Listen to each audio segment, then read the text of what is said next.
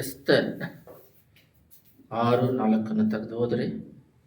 Esther 6:4 page number 544. ಅರಸನು ಪ್ರಕಾರದಲ್ಲಿ ಯಾರಿದ್ದಾರೆ ಎಂದು ಕೇಳಿದನು. ಅಷ್ಟರಲ್ಲಿ ಹಾಮಾನನೇ ತಾನು ಸಿದ್ಧ ಮಾಡಿಸಿದ್ದ ಗಲ್ಲಿಗೆ ಮೊರ್ದೆಕೈಯನ್ನು ನೇತು ಹಾಕುವುದಕ್ಕೆ ಅರಸನ ಅಪ್ಪಣೆ ಪಡೆದುಕೊಳ್ಳಬೇಕೆಂದು ಅರಸನ ಮನೆಯ ಹೊರಗಣ ಪ್ರಕಾರದಲ್ಲಿ ಬಂದಿದ್ದನು. ನನ್ನ ಕಣ್ಗಳನ್ನ ಮುಚ್ಚಿ ಪ್ರಾರ್ಥನೆ ಮಾಡೋಣ. ಸುದ್ದಿ ಮಧ್ಯದಲ್ಲಿ ನಿವಾಸ ಮಾಡುವ ಪರಲೋಕ ತಂದೆಯೇ, ನೀನು ಮಾತಾಡು, ನಾವು ಕೇಳ್ತೇವೆ. ಪರಿಶುದ್ಧಾತ್ಮನೇ ಕಾರ್ಯ ಮಾಡು, ಕ್ರಿಯೆ ಮಾಡು. ನೀನು ಹೆಚ್ಚಿಸಲ್ಪಡಬೇಕು, ನಾವು ತಗ್ಗಿಸಲ್ಪಡಬೇಕು. ಕೃಪೆಯಿಂದ ಮಾತಾಡಿ ಯೇಸುವೆ. ನಿನ್ನ ರಾಜ್ಯ ಕಟ್ಟಲ್ಪಡಲಿ, ನಿನ್ನ ನಾಮ ಮಹಿಮೆ ಹೊಂದಲಿ. ಯಾರ್ಯಾರೆಲ್ಲ ಏನೇನು ಕಷ್ಟದ ಬಾಧೆಗಳಲ್ಲಿ ಬಂದಿದ್ದಾರೋ ಅವರಿಗೆ ತಕ್ಕಂತೆ ಹೃದಯ ಅಂತರಾಂಧ್ರದಲ್ಲಿ ಮಾತಾಡಿ ಅವನ್ನ ಬಿಡಿಸಬೇಕಾಗಿ. ನಮಗೆ ಗೊತ್ತಿಲ್ಲ, ನಿಮಗೆ ಗೊತ್ತಿದೆ. ನೀನು ಮಾತಾಡಿ ಕಾರ್ಯ ಮಾಡು. ಯೇಸುವಿನ ನಾಮದಲ್ಲಿ ಬೇಡಿದ್ದೇವೆ ತಂದೆಯೇ, ಆಮೆನ್. ಈ ದಿನದಲ್ಲಿ ದೇವರು ಮುಖ್ಯವಾಗಿ ಕೊಟ್ಟಿದ್ದು ಏನಂತ ಹೇಳಿದ್ರೆ, ಗಾಡ್ಸ್ ಪ್ಲಾನ್ ವಿತಿನ್ ಅಸ್. ನಮ್ಮ ಮೇಲೆ ಕೂಡಿ ಬಂದಿರೋ ಪ್ರತಿಯೊಬ್ಬರ ಮೇಲೆ ಒಂದು ಪ್ಲಾನ್ ಇಟ್ಟಿದ್ದಾರೆ. ಅದನ್ನು ಕೆಡ್ಸೋದಕ್ಕೆ ಸೈತಾನು ರಕರಕವಾಗಿ ಪ್ಲಾನ್ ಮಾಡ್ತಾನೆ. ಅದು ನಡೆಯೋದಿಲ್ಲ. ಅದನ್ನು ದೇವರು, ಆಕಾಶದಲ್ಲಿ ಇರುವ ದೇವರು ನಮ್ಮ ಮೇಲೆ ಏನು ಪ್ಲಾನ್ ಇಟ್ಟಿದ್ದಾರೋ ಅದನ್ನು ಸಂಪೂರ್ಣವಾಗಿ ನೆರವೇರಿಸಿದ ಮೇಲೇ ಈ ಲೋಕದಲ್ಲಿ ಆ ಕೆಲಸ ಮುಗಿದ ಮೇಲೆ ನಮ್ಮ ಪ್ರಾಣ ಹೋಗೋದು. ಆದರೆ ನಾವೇನು ಮಾಡ್ತಾ ಇದ್ದೀವಿ ಅಂತ ಹೇಳಿದ್ರೆ, ಅವ್ರ ಪ್ಲ್ಯಾನನ್ನು ನಡೆಯೋದೇ ಆಗಿದೆ. ಒಂದು ಚಿಕ್ಕ ಟೀ ಅಂಗಡಿಯಲ್ಲಿ ಕೂತ್ಕೊಂಡು ಆ ಸಕ್ಕರೆ ಕಮ್ಮಿ ಐತೆ, ಸಕ್ಕರೆ ಜಾಸ್ತಿ ಐತೆ ಅಂತ ಜಗಳ ಮಾಡ್ತಾ ಇದ್ದೀವಿ. ಅಲ್ಲಿ ದೇವರು ಬಂದ್ಬಿಟ್ಟು ಮಾತಾಡ್ತಿದ್ದಾರೆ, ಇವನ ಮೇಲೆ ಈ ಥರ ಪ್ಲ್ಯಾನ್ ಇದೆ, ಇದನ್ನು ಮಾಡಿ ಮುಗಿಸ್ತಾನೆ ಅಂತ ಹೇಳಿದ್ರೆ, ಅವಾಗ ದೇವದೂತರು ಬಂದು ಬಗ್ಗೆ ನೋಡ್ಬಿಟ್ಟು, ಓಹೋ ಈ ಪ್ಲ್ಯಾನ್ ಮಾಡೋರು ಇವ್ರೇನ ಅಂತ ನೋಡಿದ್ರೆ, ಅವ್ರು ಹೋಗ್ಬಿಟ್ಟು ಯೇಸು ಪ್ರಭುಗೆ ಹೇಳ್ತಾರೆ, ನೀನೇನೋ ಈ ಪ್ಲ್ಯಾನ್ ಮಾಡಿ ಇಟ್ಟಿದ್ದೀನಿ ಅಂತ ಹೇಳ್ತಿದ್ದೆ. ಅವ್ನು ನೋಡಿದ್ರೆ ಟೀ ಅಂಗಡಿಯಲ್ಲಿ ಕುತ್ಕೊಂಡು ಜಗಳ ಮಾಡ್ತಿದ್ದಾನೆ ಅಂತ. ದೇವ್ರ ಬಗ್ಗೆ ನೋಡಿದ್ರೆ ಟೀ ಅಂಗಡಿಯಲ್ಲಿ, ಅವನಾ ಇವ್ನು ಟೀ ಅಂಗಡಿಯಲ್ಲಿ ಇದ್ದಾನ ಅಂತ. ಒಂದು ಟೀಗೋಸ್ಕರ ಸಕ್ಕರೆ ಕಮ್ಮಿ ಐತೆ ಜಾಸ್ತಿ ಐತೆ ಅಂತ ಜಗಳ ಮಾಡ್ತಿದ್ದಾನಂತ. ಯಾರೇ ಒಬ್ರು ಯೇಸು ಸ್ವಾಮಿನ ನಂಬಿದ ತಕ್ಷಣ, ಯಾರೇ ಆಗಿರಲಿ, ಅರ್ಕುಂಟನಾಗಿರ್ಲಿ, ಯೇಸು ಸ್ವಾಮಿ ನಂಬುದ ಮೇಲೆ, ಅವ್ರು ಯೇಸು ಸ್ವಾಮಿ ನಂಬಿದ್ದಾರೆ ಅಂದಿದ ತಕ್ಷಣ ಅವ್ರ ಮೇಲೆ ಗಾಡ್ಸ್ ಪ್ಲಾನ್ ಎಕ್ಸಿಕ್ಯೂಟ್ ಆಗುತ್ತೆ. ಅವ್ರ ವಿಶ್ವಾಸಿ ಆದ್ರೂ ಸರಿ, ಆದರೆ ವಿಶ್ವಾಸಿಗಳಾದ್ರೂ ಸರಿ. ನಿನ್ನೆ ಒಂದು ಸೇವಕರು ಅವ್ರ ಚರ್ಚಿಗೆ 50 ಜನ ಕುತ್ಕೊಂಡಿದ್ದಾರೆ. ಅವ್ರು ಮಾತಾಡ್ತಿದ್ದಾರೆ. ಒಂದು ವಿಶ್ವಾಸಿ ಶರೀರದಲ್ಲಿ ದೀಕ್ಷಾಸನ ತಗೊಂಡ್ಮೇಲೆ ದೆವ್ವ ಬಂದಿದೆ. ಆವಾಗ ಅವರು ಬಂದ್ಬಿಟ್ಟು ಆ ಯಮ್ಮನ್ನ ನೋಡಿಬಿಟ್ಟು ವಾಕ್ಯಗಳನ್ನ ತೆಗೆದು ತೆಗೆದು ತೆಗೆದು ತೆಗೆದು ಮಾತಾಡ್ತಿದ್ದಾರೆ. ಏನಂದ್ರೆ, ಯೇಸು ಸ್ವಾಮಿ ದೀಕ್ಷಾಸನ ಎತ್ತಿದ ಮೇಲೆ ಯೇಸು ಸ್ವಾಮಿ ಮೇಲೆ ಪರಿಶುದ್ಧಾತ್ಮ ಹೇಳಿತ್ತು. ನೀನು ದೀಕ್ಷಾಸ್ನಾನ ಮಾಡ್ಕೊಂಡಾಗ ಯೋವಾನ್ 3 ಕೂಡ ನಿಕೋದೇಮನಿಗೆ ಹೇಳ್ತಾರೆ, ನೀನು ಹೊಸದಾಗಿ ಹುಟ್ಟಿದ್ರೆ ಇದಾದ್ರೆ ನಿನಗೆ ಶಾಪ ಪಾಪ ಹೋಗುತ್ತೆ. ಅಂದರೆ ಅವರು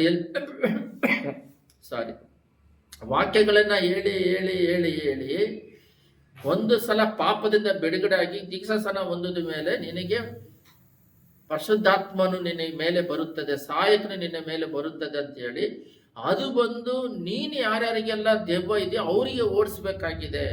ನೀವು ರೋಡಲ್ಲಿ ಹೋಗ್ಬೇಕಾದ್ರೆ ನಿಮಗೆ ರೆಸ್ಪೆಕ್ಟ್ ಕೊಡಬೇಕಾಗಿದೆ.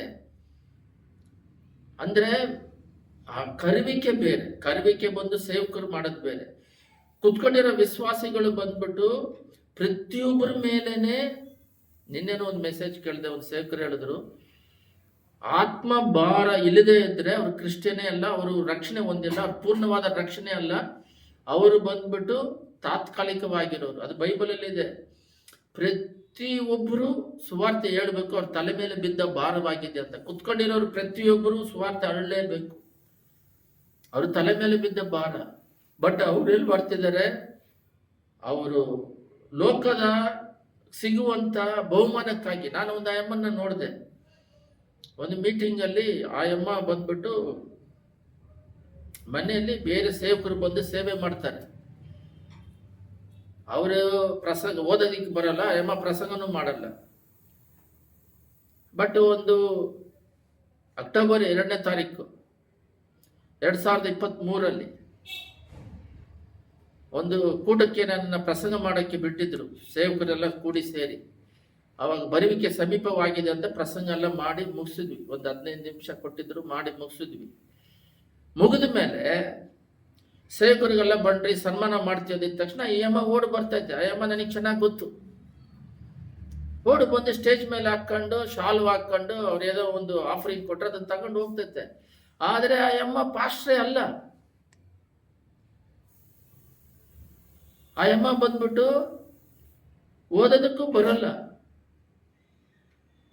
ಅವರು ಜಾಗನ ಅವರು ಇರುವ ಒಂದು ಜಾಗದಲ್ಲಿ ಅವರು ಅದನ್ನ ಸೇವಕರಿಗೂ ಕೊಟ್ಟಿಲ್ಲ. ಸೇವಕರಿಗೆ ಹೆಸರಲ್ಲಿ ಕೊಟ್ಟಿಲ್ಲ, ಚರ್ಚಿಗೆ ಅಂತ ಚರ್ಚಿಗೂ ಕೊಟ್ಬಿಟ್ಟಿಲ್ಲ. ತಗೊಳ್ರಿ ಚರ್ಚಿಗೆ ಪೂರ್ತಿ ನಿಮಗೆ ಕೊಡ್ತೀನಿ ಅಂತನೂ ಕೊಟ್ಟಿಲ್ಲ. ಆ ಅಮ್ಮ ಆ ಚರ್ಚ್ ಬೇರೆ ಪಾಸ್ಟರ್ ಬಂದು ಇವ್ರ ಮನೆಯಲ್ಲಿ ಇವ್ರ ಜಾಗದಲ್ಲಿ ಚರ್ಚ್ ಮಾಡಿ ಹೋಗೋದಿಕ್ಕೆ ಕೊಟ್ಟಿದ್ದಾರೆ ಅಷ್ಟೇ ಹೊರತು ಪ್ರಾರ್ಥನೆ ಮಾಡ್ತಾರೆ. ಅದು ಎಲ್ಲರೂ ಮಾಡಲೇಬೇಕು. ಪ್ರಾರ್ಥನೆ ಮಾಡೋರೆಲ್ಲ ಇವಾಗ ಪಾಸ್ಟರ್ ಆಗಿದ್ದಾರೆ. ಏನು ಹೇಳಕ್ ಬರ್ತೀನಿ ಅಂದ್ರೆ, ದೇವರು ಒಂದು ಉದ್ದೇಶ ಪ್ಲಾನ್ ಇಟ್ಟಿರ್ತಾರೆ. ಅವ್ರ ಮೂಲಕ 50,000 ಜನ ರಕ್ಷಣೆ ಹೊಂದಿದ್ರು ಕೂಡ ಅವ್ರು ಸುಮ್ಮನೆ ಕೂತ್ಕೊಂಡು ದೇವರೇ ನನ್ನ ಮೂಲಕ ಇಂಥ ಮಾಡ್ತಾ ಇರೋದಕ್ಕಾಗಿ ಸ್ತೋತ್ರ ತಗ್ಗಿಸ್ಕೊಳ್ಬೇಕು. ಇನ್ನವ್ರ ಆತ್ಮನೂ ಆದಾಯ ಮಾಡ್ತಿಲ್ಲ, ಅವ್ರ ಸೇವೆಗೆ ಅಂತೇಳಿ ಅವ್ರ ಜಾಗನೂ ಬರ್ಕೊಟ್ಟಿಲ್ಲ. ನಾವೆಲ್ಲ ಆಂಧ್ರದಲ್ಲಿ ವಸನ ಮಿನಿಸ್ಟ್ರಲ್ಲಿ ಇದ್ದಾಗ ಅಲ್ಲಿ ಏಸನ್ನ ಬೇಡ ಅಂದ್ರೂ 2 ಹೆಣ್ಮಕ್ಳು ಇಟ್ಕೊಂಡಿದ್ದಾರೆ ಗುಂಟೂರಲ್ಲಿ. ಅವ್ರ ಜಾಗದಲ್ಲಿ ಸ್ವಲ್ಪ ದಿನ ನಾನು ಇಲ್ಲಿ ಮಾಡ್ಕೊಂಡು ಬೇರೆ ಜಾಗಕ್ಕೆ ಹೋಗ್ಬಿಡ್ತೀನಿ, ನನಗೆ ಬೇಡ ಅಂತ ಹೇಳಿದ್ರೆ ಇಲ್ಲ ತಗೊಳ್ರಿ ಅಂತ ಬಲವಂತ ಮಾಡಿ ಜಾಗ ಕೊಡ್ತಾರೆ. ಅದು ಬಟ್ ಡೆತ್ ಆದ್ಮೇಲೆ ಬೇರೆ ಸೇವಕರು ಮಾತಾಡ್ತಾರೆ. ಆದ್ರೆ ಅವ್ರು ಕೊಟ್ಬಿಟ್ರು ಚರ್ಚಿಗೆ ಬರೋರಿಗೆ ಇವರೇ ಜಾಗದ ಕೊಟ್ಟಿದ್ದಾರೆ ಅಂತ ಗೊತ್ತಾಗೋದಿಲ್ಲ. ಅವರು ಏಸನ್ನ ಡೆತ್ ಆದ್ಮೇಲೆ ಹೊರಗಡೆ ಬರುತ್ತೆ ಹೊರತು ಅವರು ಚರ್ಚಲ್ಲಿ ಕೂತ್ಕೊಂಡೇ ಗೊತ್ತಾಗಲ್ಲ. ಅವ್ರು ಬಲಗೈ ಮಾಡಿದ್ದು ಎಡಗೈ ಗೊತ್ತಿಲ್ಲ. ಅಷ್ಟು ಮನೆಗೆ ಸ್ಪಿರಿಚುವಲ್ ಅಲ್ಲಿ ಬೆಳಿಬೇಕು. ದೇವರಿಗೋಸ್ಕರ ಪ್ರಯಾಸ ಪಟ್ಕೊಂಡು ಆತ್ಮಗಳನ್ನ ಆದಾಯ ಮಾಡ್ತಾನೆ ಇರಬೇಕು. ಈಗೋ ಇರಬಾರ್ದು, ಹಣದ ಆಸೆ ಇರಬಾರ್ದು. ಅವಶ್ಯಕತೆಗಳನ್ನ ತೀರಿಸ್ತಾ ಇರ್ತಾರೆ. ಆತ್ಮ ಭಾರದಿಂದ ಊಟ ಇರೋದಿಲ್ಲ, ಸರಿಯಾಗಿ ಅಲ್ಲಿ ಹೋದಾಗ ನಮಗೆ ಗೌರವ ಇರೋದಿಲ್ಲ. ಎಲ್ಲೂ ಕೂಡ ನಾನು ಆಂಧ್ರದಲ್ಲಿ ಸೇವೆ ಮಾಡಿದ್ದೀವಿ, ಎಲ್ಲೂ ಕೂಡ ಶಾಲ್ವ್ ಹಾಕೋದಾಗ್ಲಿ ಹಣಕ್ಕಾಗಿ ಊಟಕ್ಕಾಗಿ ಮಾಡಿಲ್ಲ. ಹೋಗಿ ಮೀಟಿಂಗ್ ಎಲ್ಲ ಸಕ್ಸಸ್ ಆಗಿ ಬರುತ್ತೆ, ಊಟ ಇಲ್ಲದಾಗೆ ಬಂದಿದ್ದೀವಿ ಮನೆಗೆ ರಿಟರ್ನ್. ಕಾಣಿಕೆ ಕೊಡದಾಗೆ ತಗೊಂಡು ಬಂದಿದ್ದೀವಿ. ಅವ್ರು ಕಾಣಿಕೆ ಕೊಟ್ಟಿಲ್ಲ ಅಂತಲ್ಲ, ಮತ್ತೆ ಕರೆದ್ರು ಹೋಗ್ತೀವಿ. ದೇವರ ರಾಜ್ಯ ಕಟ್ಟಲ್ಪಡೋದಕ್ಕೋಸ್ಕರ. ಅಂಥವ್ರು ಈಗ ಇಲ್ಲ. ಗಾಡ್ಸ್ ಪ್ಲಾನ್ ನಮ್ಮ ಮೇಲೆ ಇಟ್ಟಿದ್ದಾರೆ, ಅದು ನೆರವೇರಬೇಕಂತ ಹೇಳಿದ್ರೆ ನಮಗೆ ಅದಕ್ಕೆ ಒಪ್ಪಿಸಿಕೊಡಬೇಕು. ಮೆರ್ದೋಕೈ ಅಂತ ಹೇಳ್ಬಿಟ್ಟು ಒಬ್ರು ಇದ್ದಾರೆ ಬೈಬಲಲ್ಲಿ. ಅವರ ಚಿಕ್ಕಪ್ಪ ಅಂದ್ರೆ ಮೆರ್ದೋಕೈ ಅವ್ರ ತಂದೆ, ಅವರ ತಮ್ಮ ಚಿಕ್ಕಪ್ಪನ ಮಗಳು, ಅವಳ ಹೆಸರು ಎಸ್ತರ್. ಅವಳು ಬಂದು ಅವ್ರು ಸಾಕ್ತಾ ಇರ್ತಾರೆ. ಇವರು ಅವ್ರ ಚಿಕ್ಕಪ್ಪರೆಲ್ಲ ಡೆತ್ ಆಗಿರೋದ್ರಿಂದ ಇವರು ಸಾಕ್ತಾ ಇರ್ತಾರೆ ಮೆರ್ದೋಕೈ. ಅದು ನಿಮಗೆ ಆ ಕತೆ ಗೊತ್ತು. ಅವರು ಎಸ್ತರ್ ಬಂದು ರಾಣಿಯಾಗಿ ಹೋಗಿ ಅರಣ್ಮನೆಯಲ್ಲಿ ಇರ್ತಾರೆ. ಇಲ್ಲಿದೆ ನೋಡ್ರಿ, ಅರಣ್ಮನೆಯಲ್ಲಿ ಇದ್ದಾಗ ಅಲ್ಲಿ ನೀವು ಓದಿದ ವಾಕ್ಯ ಬಂದು 6:4. ಅದೇನೆಂದರೆ, ಅರಸನು ಪ್ರಕಾರದಲ್ಲಿ ಯಾರಿದ್ದಾರೆ ಎಂದು ಕೇಳಿದನು ಅರಸರ ಸನ್ಮಾನ ಮಾಡೋದಿಕ್ಕೆ. ಅಷ್ಟರಲ್ಲಿ ಹಾಮಾನನೇ, ನಾನು ಸಿದ್ಧ ಮಾಡಿಸಿದ್ದ ಗಲ್ಲಿಗೆ ಮೆರ್ದೋಕಿಯನ್ನು ನೇತು ಹಾಕಿಸುವುದಕ್ಕೆ ಅರಸನ ಅಪ್ಪಣೆ ಕೊಳ್ಳಬೇಕೆಂದು ಅರಮನೆಗೆ ಹೊರಗಣ ಪ್ರಕಾರದಲ್ಲಿ ಬಂದಿದ್ದನು. ಮೆರ್ದೋಕಿಯನ್ನು ನೇಣು ಹಾಕೋದಿಕ್ಕೆ ಎಲ್ಲ ಸಿದ್ಧ ಮಾಡಿಬಿಟ್ಟು ರಾಜನ ಹತ್ರ ಪರ್ಮಿಷನ್ ತೆಗಿಯಕ್ಕೆ ಬರ್ತಾನೆ. ಅದೇ ಮೆರ್ದೋಕಿ ಮೂಲಕ ಪ್ಲಾನ್ ಆಲ್ರೆಡಿ ದೇವರು ಪ್ಲಾನ್ ಇಟ್ಬಿಟ್ಟಿದ್ದಾನೆ, ಅವನ ಮೂಲಕ ಏನೇನು ಮಾಡ್ಬೇಕಂತ ಹೇಳ್ಬಿಟ್ಟು. ಆದರೆ ಆ ಪ್ಲಾನ್ ಅನ್ನ ಕೆಡ್ಸೋದಿಕ್ಕೆ ಈ ಹಾಮಾನು ಏನ್ ಮಾಡ್ತಾ ಇದ್ದಾನೆ, ಅವನ್ನ ನೇಣು ಹಾಕೋದಿಕ್ಕೆ ಗಲ್ಲಿಗೆ 50 ಮೊಳ ಎತ್ತರ ಇವನೇ ಸ್ವಂತವಾಗಿ ರೆಡಿ ಮಾಡಿಬಿಟ್ಟು ಬಂದು ರಾಜನ ಹತ್ರ ಪರ್ಮಿಷನ್ ತಗೊಳ್ಳೋಕ್ಕೆ ಬಂದಿದ್ದಾನೆ. ಆದರೆ ಆಲ್ರೆಡಿ ದೇವರು ಬಂದು ಎಸ್ತರ್ 2:23 ತೆಗೆದು ಹೋದ್ರಿ.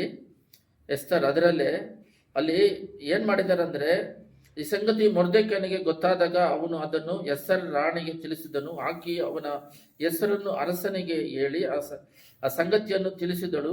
ಈ ವಿಚಾರಕ್ಕೆ ಬಂದಾಗ ಅದು ನಿಜವೆಂದು ಸ್ಥಾಪಿತ ಆದರಿಂದ ಆ ಇಬ್ಬರನ್ನು ಗಲ್ಲಿಗೆ ಹಾಕಿದರು. ಈ ರಾಜನ ದಿನಚರ್ಯ ಪುಸ್ತಕದಲ್ಲಿ ಬರೆಯಲ್ಪಟ್ಟಿದೆ. ಈ ರಾಣಿ ಎಸ್ತರ್ ಬಂದ್ಬಿಟ್ಟು ಇಂಥ ಕುಲದವಳು ಅಂತ ಹೇಳ್ಬೇಡ ಅಂತ ಹೇಳಿ ಕಳಿಸಿರ್ತಾರೆ. ಅದನ್ನ ಫಾಲೋ ಮಾಡ್ತಾರೆ ರಾಣಿ, ಎಸ್ತರ್ ರಾಣಿ.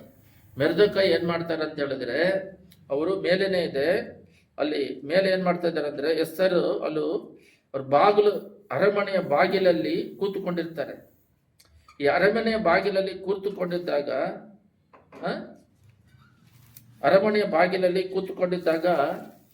ರಾಜನನ್ನ ಸಾಯಿಸೋದಿಕ್ಕೆ, ಅಂದ್ರೆ ಎಸ್ತರ್ ಅವ್ರ ಸಾಕು ಮಗಳ ಗಂಡ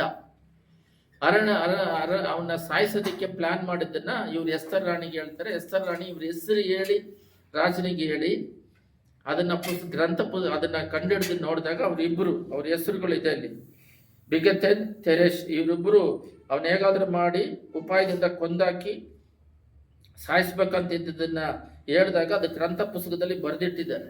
ಗಾಡ್ಸ್ ಪ್ಲಾನ್ ನೋಡ್ರಿ, ವಾಕ್ಯನ ಗಮನ ಇಟ್ಟು ಕೇಳ್ರಿ. ಗಾಡ್ ಒಂದು ಪ್ಲಾನ್ ಇಟ್ಟಿದ್ದಾರೆ ಮೊರ್ದೆಕೈ ಮೂಲಕ, ಎಸ್ತರ್ ಮೂಲಕ. ಆದರೆ ಇವನು ಇಷ್ಟು ಒಳ್ಳೆ ಕೆಲಸ ಮಾಡಿರೋದು, ಈ ಒಳ್ಳೆ ಕೆಲಸ ಮಾಡಿರೋದು ಅವನಿಗೆ ಯಾವುದೇ ವಿಧವಾದ ಸನ್ಮಾನ ಆಗಲಿ ಯಾರಂತ ಗೊತ್ತಾಗ್ಲಿಲ್ಲ. ಆದರೆ ರಾಜನಿಗೆ 6ನೇ ಅಧ್ಯಾಯದಲ್ಲಿ ನೀವು ತೆಗೆದು ಓದಿದ್ರೆ ರಾಜನಿಗೆ ಬಂದು ನಿದ್ರೆ ಬರಲಿಲ್ಲ. ರಾಜನಿಗೆ ನಿದ್ದೆ ಬರಲಿಲ್ಲ. ಹೆಂಗೆಲ್ಲ ಕಾಪಾಡ್ತಾರಂತ. ದೇವರ ಪ್ಲಾನ್ ನಡೆಯೋದಿಕ್ಕೆ ಅದಕ್ಕೆ ವಿರೋಧವಾಗಿ ಸೈತಾನ್ ಮಾಡಿದ್ರೆ ದೇವ್ರು ಹೆಂಗೆ ಪ್ಲಾನ್ ಮಾಡಿ ಕಾಪಾಡ್ತಾರಂತ. ರಾಜನಿಗೆ ನಿದ್ದೆ ಬರಲಿಲ್ಲ. ಇಲ್ಲಿದೆ, ಆ ರಾತ್ರಿಯಲ್ಲಿ ಅರಸನಿಗೆ ನಿದ್ರೆ ಬರಲಿಲ್ಲ. ಆದ್ದರಿಂದ ಸ್ಮರಿಸಕ್ಕ ಪೂರ್ವ ವೃತ್ತ ಗ್ರಂಥಗಳಲ್ಲಿ ಅನುಸರಿಸಿ ತರಿಸಿ ಪಾಲನೆ ಮಾಡುತ್ತಿರುವಾಗ ಅಶ್ವರೋಚನು ರಾಜನನ್ನು ಕೊಲ್ಲಿಸಬೇಕೆಂದು ದ್ವಾರಪಾಲಕನಾದ ಬಿತೇನ್, ತೆರೆಶ್, ಇವಾಗ ನಾವು ಹಿಂದ್ಗಡೆ ಓದಿದ್ವಲ್ಲ, ಇದು ಏನಂತ ಹೇಳಿದ್ರೆ ಅವನಿಗೆ ನಿದ್ದೆ ಬರಲಿಲ್ಲ. ಇವಾಗ ನಾವು ನಿದ್ದೆ ಬರ್ದಿದ್ರೆ ಏನ್ ಮಾಡ್ತೀವಿ? ಬೆಳಗ್ಗೆ ನಾನು ಇದು ಪ್ರಸಂಗ ಮಾಡಬೇಕು, ನನಗೂ ಅದು ದೇವ್ರು ಮಾತಾಡಿದ್ರು 3 ಗಂಟೆಗೆ ಎಬ್ಬರಿಸಿ ಪ್ರೇಯರ್ ಮಾಡಂತ ಹೇಳಿದ್ರೆ ನಿದ್ದೆ ಬರ್ದೆ. ಏನಕ್ಕಂದ್ರೆ ನಿದ್ದೆ ಬರ್ಲಿಲ್ಲ ಅಂತ ಹೇಳಿದ್ರೆ ನಾವು 4 ಗಂಟೆನೇ ನಿದ್ದೆ ಮಾಡಿರ್ತೀವಿ, 3 ಗಂಟೆನೇ ನಿದ್ದೆ ಮಾಡಿರ್ತೀವಿ. ಅದ್ರ ಟಕ್ಕಂತ ಹೇಳಿ ಎಬ್ಬರಿಸ್ತಾರೆ ಅಂತ ಹೇಳಿದ್ರೆ ಅಲ್ಲಿ ಏನೋ ನಮ್ಮ ಜೊತೆ ದೇವರು ಮಾತಾಡೋದಕ್ಕೆ ಸಿದ್ಧರಿದ್ದಾರೆ ಅಂತ ಹೇಳ್ಬಿಟ್ಟು, ಆ ರೀತಿ ಅವನು ಏನಾದರೂ ರಾಜ ಅವ್ನು ನಿದ್ದೆ ಬರಲಿಲ್ಲ ಅಂತ ಹೇಳ್ಬಿಟ್ಟು ಹಂಗೆ ಕಷ್ಟಪಟ್ಟು ಅದರಲ್ಲೇ ನಿದ್ದೆ ಮಾಡ್ತಾ ಇದ್ರೆ, ಮತ್ತೆ ಒಂದು ಸಮಯ ಎದ್ದು ಕೂಡ ರಾಜ ಇಲ್ಲಿದೆ ನೋಡ್ರಿ, ಅಶ್ವರೋಷನ್, ಆ ರಾಜ ಬಂದ್ಬಿಟ್ಟು ಎದ್ದು ಕೂಡ ಗಾನ ಹಾಡು ಹೇಳೋರ್ನ ಕರೆಸ್ರಿ, ಅವನು ರಾಜ, ಅವನು ಇಲ್ಲ ಮ್ಯೂಸಿಕ್ ಬಾಯ್ಸರ್ನ ಕರೆಸ್ರಿ, ಇಲ್ಲ ನಾಟ್ಯ ಮಾಡೋರ್ನ ಕರೆಸ್ರಿ, ಇಲ್ಲ ಏನೇನೋ ಮಾಡಿರ್ಬೋದು. ದೇವ್ರು ನೋಡ್ರಿ ಅಂತ ಪ್ಲಾನ್ ಮಾಡಿರ್ತಾರೆ. ಅದಕ್ಕೆ ವಿರೋಧವಾಗಿ ವಿರೋಧಿಗಳನ್ನೇ ಉಪಯೋಗಿಸ್ತಾರೆ. ಸೈತಾನನೇ ಅವನಿಗೆ ಗೊತ್ತಿಲ್ಲದೆ ದೇವ್ರಿಗೆ ಒಳ್ಳೇದು ಮಾಡ್ತಾನೆ. ಎಲ್ಲ ದೆವ್ವ ಹಿಡ್ಕೊಂಡ್ಬಿಟ್ಟಿರ್ತದೆ ಅಂತ ಹೇಳ್ತಾರೆ. ಅವ್ರು ಚರ್ಚಿಗೆ ಬಂದ್ರೆ ಪ್ರೇಯರ್ ಮಾಡಿ ಬಿಡುಗಡೆ ಆದ್ರೆ ಆ ಸೈತಾನ ಒಂದು ರೂಟಲ್ಲಿ ದೇವರಿಗೆ ಒಳ್ಳೇದು ಮಾಡ್ತಾರೆ, ಅವ್ರು ದೇವ್ರು ನಂಬ್ಕೊಂತಾರೆ. ಅವನಿಗೆ ಗೊತ್ತಿಲ್ಲದೆ ದೇವರಿಗೆ ಒಳ್ಳೇದು, ಸೈತಾನನು ಕೂಡ ದೇವರಿಗೆ ಹೆಲ್ಪರ್ ಆಗಿಯೇ ಸಹಾಯ ಮಾಡ್ತಾರೆ. ದೇವರ ಸೃಷ್ಟಿಕರ್ತನವ್ರು, ಅವರಿಗೆ ಅಸಾಧ್ಯವಾದ ಕಾರ್ಯ ಯಾವುದಿಲ್ಲ. ನಿದ್ದೆ ಬರ್ದಂಗ ಮಾಡಿ ಆ ಗ್ರಂಥ ಪುಸ್ತಕದಲ್ಲಿ ನಾವು 2:3 ಓದಿದ್ವಿ ಎಸ್ತರಲ್ಲಿ. ಅದು ನೋಡಿದಾಗ ಅದರಲ್ಲಿ ಮೊರ್ದೆಕೈ ಬಂದ್ಬಿಟ್ಟು ಇವರ ದೊಡ್ಡಪ್ಪ ಅಂತ ಹೇಳ್ಬಿಟ್ಟು ಅಲ್ಲಿ ಮೆನ್ಷನ್ ಹೇಳ್ಬೇಡ ಅಂತ ಹೇಳಿ ರಹಸ್ಯವಾಗಿ ಇಟ್ಟಿರ್ತಾರೆ ಮೊರ್ದೆಕೈ ಎಸ್ತರಿಗೆ. ಅದನ್ನ ಫಾಲೋ ಮಾಡೋದ್ರಿಂದ ಮೊರ್ದೆಕೈ ಹೇಳುದ್ರಂತ ಬುಕ್ಕಲ್ಲಿ ಬರ್ದಿದೆ ಹೊರತು ಅದನ್ನ ತೆಗೆದು ಓದೋ ತರ ಮಾಡ್ತಾರೆ. ದೇವ್ರು ಎಂತ ಒಂದು ಪ್ಲಾನ್ ಮಾಡ್ತಾರೆ ನೋಡ್ರಿ ಪರಲೋಕದಿಂದ. ಅವರೊಂದು ಪ್ಲಾನ್ ಮಾಡಿರ್ತಾರೆ, ಇಲ್ಲಿ ಮನುಷ್ಯರು ಕೂತ್ಕೊಂಡು ಇವರೊಂದು ಪ್ಲಾನ್ ಮಾಡ್ತಾರೆ. ಏನ್ ಪ್ಲಾನ್ ಮಾಡ್ತಾರೆ? ನನಗೆ ಒಂದು ಜಾಗ ಬೇಕು ಅಂತ ಒಂದು ಜಾಗ ಹಿಡ್ಕೊಂತಾರೆ, ಅದಕ್ಕೆ ಸಹಾಯ ಮಾಡು ಅಂತಿದ್ದಾರೆ. ಬಟ್ ಆ ಜಾಗದ ಪ್ಲಾನ್ ಅಲ್ಲ, ಇವ್ರು ನಮ್ಮ ಮೂಲಕ ಒಂದು ದೊಡ್ಡ ಪ್ಲಾನ್ ಇಟ್ಟು ಅದಕ್ಕೆ ನಾವು ಒಂದು ದೊಡ್ಡ ಜಾಗ ಜೊಟ್ಟು ಒಂದು ದೊಡ್ಡ ಕಾರ್ಯ ಮಾಡೋದಕ್ಕೆ ನಮ್ಮ ಮೇಲೆ ಪ್ಲಾನ್ ಇಟ್ಟಿರ್ತಾರೆ. ಬಟ್ ದೇವರ ಪ್ಲಾನಿಗೆ ನಾವು ಒಪ್ಪಿಸಿಕೊಡೋದಿಲ್ಲ. ಒಂದು ಮದುವೆ ಆಗೋ ವಿಷಯದಲ್ಲಾಗಲಿ, ಓದೋ ವಿಷಯದಲ್ಲಾಗಲಿ, ಓದೋದ್ರಲ್ಲಿ ಕೂಡ ದೇವರೊಂದು ಪ್ಲಾನ್ ಇಟ್ಟಿರ್ತಾರೆ. ಅವನ ಸೇವೆಗೆ ಕರೆಸ್ಬೇಕಂತ ಒಂದು ತಂದೆ ಕಂಪಲ್ಸರಿ ನೀನು ಡಾಕ್ಟ್ರೇ ಆಗ್ಬೇಕು ಅಂತ ಕಷ್ಟಪಟ್ಟು ಅವನ್ನ ಬಲವಂತ ಮಾಡಿ ಅವನ ಡಾಕ್ಟ್ರೇ ಮಾಡಿಬಿಟ್ರು. ಡಾಕ್ಟರ್ ಎಲ್ಲ ಆದಮೇಲೆ ದೇವ್ರು ಕರೀತಾ ಇದ್ದಾರೆ, ನೀನು ಸೇವೆಗೆ ಬಾ ಅಂತ ಹೇಳ್ಬಿಟ್ಟು. ಆ ಸೇವೆಯಲ್ಲಿ ಉಪಯೋಗ ಆಗುತ್ತೆ, ದುಡ್ಡೆಲ್ಲ ವೇಸ್ಟು. ಅದರಿಂದ ಫಸ್ಟೇ ದೇವರು ಪ್ಲಾನ್ ಇಟ್ಟಿರ್ತಾರೆ ಒಬ್ಬೊಬ್ಬರ ಮೇಲೆ. ಮೆರ್ದಕ್ಕಾಯಿನ ನೀವು ಓದಿದ ವಾಕ್ಯ 6:4 ಮೆರ್ದಕ್ಕಾಯಿನ ಕೊಲ್ಲೋದಿಕ್ಕೆ ಆಮನು ಆಲ್ರೆಡಿ ಒಂದು ಮೇಲ್ಗಡೆ ಒಂದು 50 ಅಡಿ ಮೊಳನ ಇಟ್ಬಿಟ್ಟು ರಾಜನ ಹತ್ರ, ರಾಜನಿಗೆ 2ನೇ ಸ್ಥಾನದಲ್ಲಿರೋನು ಅವನು ಆಮನು ಬಂದು ಮೆರ್ದಕ್ಕಾಯಿನ ಸಾಯಿಸೋದಿಕ್ಕೆ ಪರ್ಮಿಷನ್ ತಗೊಳಕ್ಕೆ ಬಾಗಿಲು ಒಳಗೆ ಬರ್ತಾ ಇದ್ದಾನೆ. ಅವ್ರಿಗೆ ಏನಾದರೂ ನೈಟಲ್ಲಿ ಆ ದರ್ಶನ ನಿದ್ದೆ ಬರ್ದಂಗೆ ಮಾಡಿ ಅವನು ಈ ಬುಕ್ ತೆಗೆದೇ ಓದ್ಬೇಕಾದ್ರೆ ಅದು ದೊಡ್ಡದಾಗಿರುತ್ತೆ. ಇದು ಒಂದು ಸನ್ನಿವೇಶನೇ ಇರುತ್ತಂದ್ರೆ ಇನ್ನು ಏನೇನು ಇರುತ್ತೆ ರಾಜಭಾರದಲ್ಲಿ ನಡೆದಿರೋದು. ಅದರಲ್ಲಿ ಆ ಕಣ್ಣಿಗೆ ಅದೇ ತೋರಿಸಿ, ಅವನ ಕಣ್ಣಿಗೆ ಅದೇ ಬರೋ ಥರ ಮಾಡಿ ಅವ್ರನ್ನ ಏನು ಮಾಡ್ತಾರೆ ಅಂತ ಹೇಳಿದ್ರೆ, ಮೆರ್ದೆಕೈನ ಅವ್ರು ಓದಿದಾಗ ಈ ನನ್ನನ್ನು ಸಾಯಿಸೋಕ್ಕೆ ಸಂಚು ಹಾಕಿದವ್ರನ್ನ ಇಬ್ಬರನ್ನ ಅದು ವಿಚಾರಣೆ ಮಾಡಿ ಗಲ್ಲಿಗೆ ಹಾಕಿ ಕೊಂದುವಲ್ಲ. ಆದರೆ ಇದನ್ನ ಈ ಒಳಸಂಚನ್ನು ಮೆರ್ದಕ್ಕೆ ಹೇಳ್ದೆ ಹೋದ್ರೆ ನಮ್ಮನ್ನ ಕೊಂದಾಕ್ತಿದ್ರಲ್ಲ ರಾಜನ್ನ, ಇಂಥ ಒಳ್ಳೆ ಕಾರ್ಯ ಮಾಡ್ದನಿಗೆ ನಾವು ಏನು ಮಾಡಿದೀವಿ ಅಂತ ಕರೆದು ಎಲ್ಲರನ್ನು ವಿಚಾರಿಸಿದಾಗ, ಇಲ್ಲ ಅವನಿಗೇನು ಮಾಡಿಲ್ಲ ಅಂತ ಹೇಳಿದಾಗ ಕರೆಕ್ಟಾಗಿ ಇವನು ಒಳಗೆ ಬರ್ತಾ ಇದ್ದಾನೆ ಮೆರ್ದೆಕೈನ ನೇತಾಕಕ್ಕೆ. ಅವಾಗ ಅವನೇನು ಅನ್ಕೊಂತಾನೆ, ನಮಗೆ ನನ್ನನ್ನು ಅಂತ ಅನ್ಕೊಂತಾನೆ. ಮೆರ್ದೆಕೈ ಒಳಸಂಚು ಮಾಡಿ ಕಾಪಾಡಿದ್ದು ಅವನಿಗೆ ಗೊತ್ತಿಲ್ಲದೆ, ಯಾಕಂದ್ರೆ ಅವನ್ನ ಸಾಯಿಸಕ್ಕೆ ರೆಡಿ ಮಾಡಿಟ್ಟಿದ್ದಾನೆ. ಆವಾಗ ಅವರು ಹೇಳ್ತಾರೆ, ರಾಜ ಕೇಳ್ತಾರೆ, ಆಮನೆ ಒಬ್ಬರು ರಾಜನಿಗೆ ಒಂದು ಸಹಾಯ ಮಾಡದ ಮೆಚ್ಚುಗೆ ಆದವನಿಗೆ ಏನೇನೆಲ್ಲ ಮಾಡ್ಬೇಕಂದ್ರೆ ಅವನ್ನ ಕುದುರೆ ಮೇಲೆ ಕುದುರಿಸ್ಕೊಂಡು ಮೆರವಣಿಗೆ ಮಾಡಿ ಅವನಿಗೆಲ್ಲ ಇಂಥದ್ರೆಲ್ಲ ಭೂಷಣೆ ಮಾಡಿ ಅವನು ಅನ್ಕೊಂಡು ಹೇಳ್ದಾಗ, ಅದೇ ರೀತಿ ಅರಮನೆ ಬಾಗಿಲಲ್ಲಿ ಕೂತ್ಕೊಂಡ್ರೆ ಮೆರ್ದೆಕೈಗೆ ಮಾಡಂತ, ನೀನು ಅವನ್ನ ನೇಣಿಗೆ ಹಾಕ್ಬೇಕಂತ ಬಂದ್ರೆ ಇದೇನಪ್ಪ ಅವನ್ನ ಹೋಗಿ ಅಂತ ಹೇಳಿ ಸುತ್ತಾರೆ. ಆದರೆ ಪರಲೋಕದಿಂದ ಇವರಿಲ್ಲಿ ಪ್ಲಾನ್ ಮಾಡಿರೋದು ಅವನ್ನ ನೇಣಿಗೆ ಹಾಕೋದು ಮೆರ್ದೆಕೈಗೂ ಗೊತ್ತಿಲ್ಲ, ಎಸ್ತರ್ಗೂ ಗೊತ್ತಿಲ್ಲ, ರಾಜನಿಗೂ ಗೊತ್ತಿಲ್ಲ, ಆಮನಿಗೆ ಮಾತ್ರ ಗೊತ್ತು, ದೇವರಿಗೆ ಗೊತ್ತು. ಹಲ್ಲೆಲೂಯಾ. ಅವನ್ನ ಕೊಲ್ಲಬೇಕನ್ನೋ ಪ್ಲಾನ್ ಬಂದು ಆಮನಿಗೆ ಗೊತ್ತು, ದೇವರಿಗೆ ಗೊತ್ತು. ಸೈತಾನು ಅವನ ಹೃದಯದಲ್ಲಿ ಕ್ರಿಯೆ ಮಾಡ್ತಾ ಇದ್ದಾನೆ, ಸೈತಾನಿಗೂ ಗೊತ್ತು. ಆದರೆ ಇದನ್ನ ಒಡೆದು ಉರುಳಿಸೋದಿಕ್ಕೆ ದೇವ್ರೇನ್ ಮಾಡಿದ್ರು, ರಾಜನಿಗೆ ನಿದ್ದೆ ಬರ್ದಂಗೆ ನೈಟ್ ರೆಡಿ ಮಾಡ್ತಾನೆ, ನೈಟೇ ನಿದ್ದೆ ಮಾಡ್ದಂಗೆ ಮಾಡಿ ಅವನ ಏನ್ ಮಾಡ್ತಾರೆ ಅಂತ ಹೇಳಿದ್ರೆ, ಅದ್ ಗ್ರಂಥ ಪುಸ್ತಕ ತೆಗೆದು ನೋಡಿ, ಅವಾಗೇ ಅವನು ಒಳಗೆ ಎಂಟ್ರ್ ಆಗ್ಬೇಕಾದ್ರೆ ನೀವು 6:4 ಓದಿದ್ರಿ. ಅದರಲ್ಲಿ ಅರಸನು ಪ್ರಕಾರದಲ್ಲಿ ಯಾರಿದ್ದಾರೆ ಎಂದು ಕೇಳಿದಳು. ಅಷ್ಟರೊಳಗೆ ಆಮನು ತಾನು ಸಿದ್ಧ ಮಾಡಿಸಿದ್ದ ಗಲ್ಲಿಗೆ ಮೆರ್ದೆಕೈಯನ್ನು ನೇತು ಹಾಕಿಸೋದಕ್ಕೆ ಅರಸನ ಅಪ್ಪಣೆ ಬೇಡಿಕೊಳ್ಳೋದಿಕ್ಕೆ ಬಂದನು. ಇವನು ಆಲ್ರೆಡಿ ಇದನ್ನ ಓದ್ಬಿಟ್ಟು, ಇದೇನು ಇಷ್ಟು ಒಳ್ಳೆ ಕಾರ್ಯ ಮಾಡಿದನಲ್ಲ ಮೆರ್ದೆಕೈಗೆ, ನಾವೇನು ಸನ್ಮಾನ ಮಾಡಿಲ್ಲ ಅಂತ ಹೇಳ್ಬಿಟ್ಟು ಮನಸ್ಸಿನಲ್ಲಿ ಆ ಟೈಮಿಗೆ, ಅದು ಮಾರನೇ ದಿನ ನಡೆದಿದ್ರು ಗಲ್ಲಿಗೆ ಹಾಕದ ಮೇಲೆ ಓದಿದ್ರು ಅವನು ಸತ್ತೋಗಿರ್ತಾನೆ. ಅಂತ ದೇವ್ರನ್ನ ನಾವು ಆರಾಧನೆ ಮಾಡ್ತಾ ಇದ್ದೀವಿ. ಯಾಕೆ ಈ ವಾಕ್ಯ ಬೋಧಿಸ್ಬೇಕು ಹೇಳ್ಬೇಕಂತ ಬಂತಂದ್ರೆ, ಒಂದು ಸೇವಕರು ರಕ್ತ ಸಾಕ್ಷಿಯಾಗಿ ಮರಣ ಹೊಂದಬೇಕಂತ ಹೇಳಿ ದೇವರ ದೃಷ್ಟಿಯಲ್ಲಿದ್ದರೆ ಅದನ್ನೇನು ಮಾಡೋಕ್ಕಾಗೋದಿಲ್ಲ. ಒಂದು ಸೇವಕರು ಇಷ್ಟು ವರ್ಷ ಆಯ್ಸಿಟ್ಟು ಪ್ಲಾನ್ ಪ್ರಕಾರ ಅವನು ಮಾಡಿ ಮುಗಿಸ್ಬೇಕಂದ್ರೆ ಅದಕ್ಕೆ ಯಾರು ಅಡ್ಡ ಬಂದ್ರೂ ನಡೆಯೋದಿಲ್ಲ, ಅದು ಮಾಡಿ ಮುಗಿಸ್ತಾರೆ. ಇದರಲ್ಲೇ ಆವಾಗ ಅವನು ದುಃಖ ಭರಿತನಾಗಿ ಅವನ ಹೆಂಡತಿ ಹತ್ರ ಹೋಗಿ ಹೇಳ್ತಾನೆ. ಹೆಂಡತಿ ಹತ್ರ, ಅವರು ಪಂಡಿತರ ಹತ್ರ, ಇಲ್ಲಿದೆ ನೋಡ್ರಿ 6:13 ಹೋದ್ರಿ, ಎಲ್ಲರೂ ತೆಗೆದು ನೋಡ್ರಿ. ಎಲ್ಲ ಆಪ್ತರ ಮುಂದೆ ತನಗೆ ಸಂಭವಿಸಿದ್ದನ್ನೆಲ್ಲ ತಿಳಿಸಿದನು. ಅವನು ಯಾರು ಆಮನು ಹೇಳ್ತಾನೆ. ಆಗ ಅವನ ಪಂಡಿತರು ಹೆಂಡತಿಯು ಅವನಿಗೆ, ಯಾವನ ಮುಂದೆ ನಿನ್ನ ಪತನವು ಪ್ರಾರಂಭವಾಯಿತು ಆ ಮನುಷ್ಯನು ಯೋಗ್ಯ ಸಂತಾನವನಾಗಿದ್ದರೆ ನೀನು ಗೆಲ್ಲಲಾರಿ, ಅವನ ಮುಂದೆ ಬಿದ್ದು ಹಾಳಾಗಿವೆ ಅಂದಳು.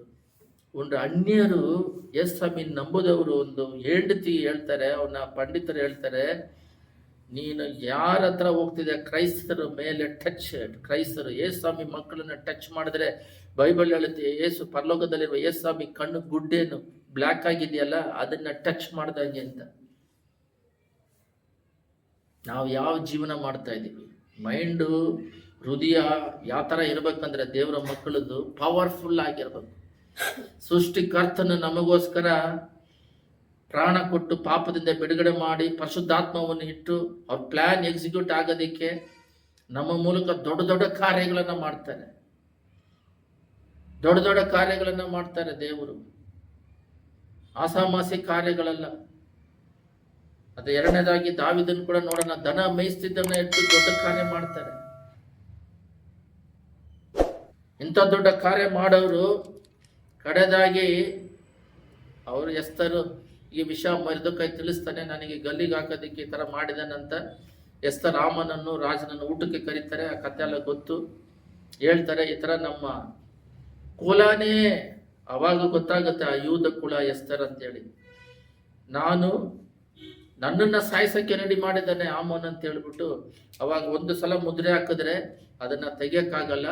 ಯಾರೆಲ್ಲ ನಿಮ್ಮನ್ನು ಕೊಲೆ ಮಾಡಕ್ಕೆ ಬಂದರೂ ಅದು ತೆಗಿಯೋಕ್ಕಾಗಲ್ಲ. ಆ ದಿನದಲ್ಲಿ ನೀವು ಸಿದ್ಧರಾಗಿ ಅವ್ರನ್ನ ಕೊಂದು ಹಾಕ್ರಿ, ಯಾಕಂದ್ರೆ ಕೊಲ್ಲಬಾರ್ದಂತ ಒಂದು ಸಲ ಸೀಲ್ ಹೊಡೆದ್ರೆ ಅಷ್ಟು ರಾಜನಿಗೆ ಆ ಥರ ಇದ್ರೆ ಪರಲೋಕ ರಾಜ್ಯಕ್ಕೆ ಹೆಂಗೆ ನೋಡ್ರಿ. ಯಾವನ್ನ ಬಾಗಲಲ್ಲಿ ಕುತ್ಕೊಂಡಿರೋನು, ಒಂದು ಅಲ್ಪವಾಗಿ ಒಂದು ಗ್ರಾಮದಲ್ಲಿ ಇದ್ದವನು,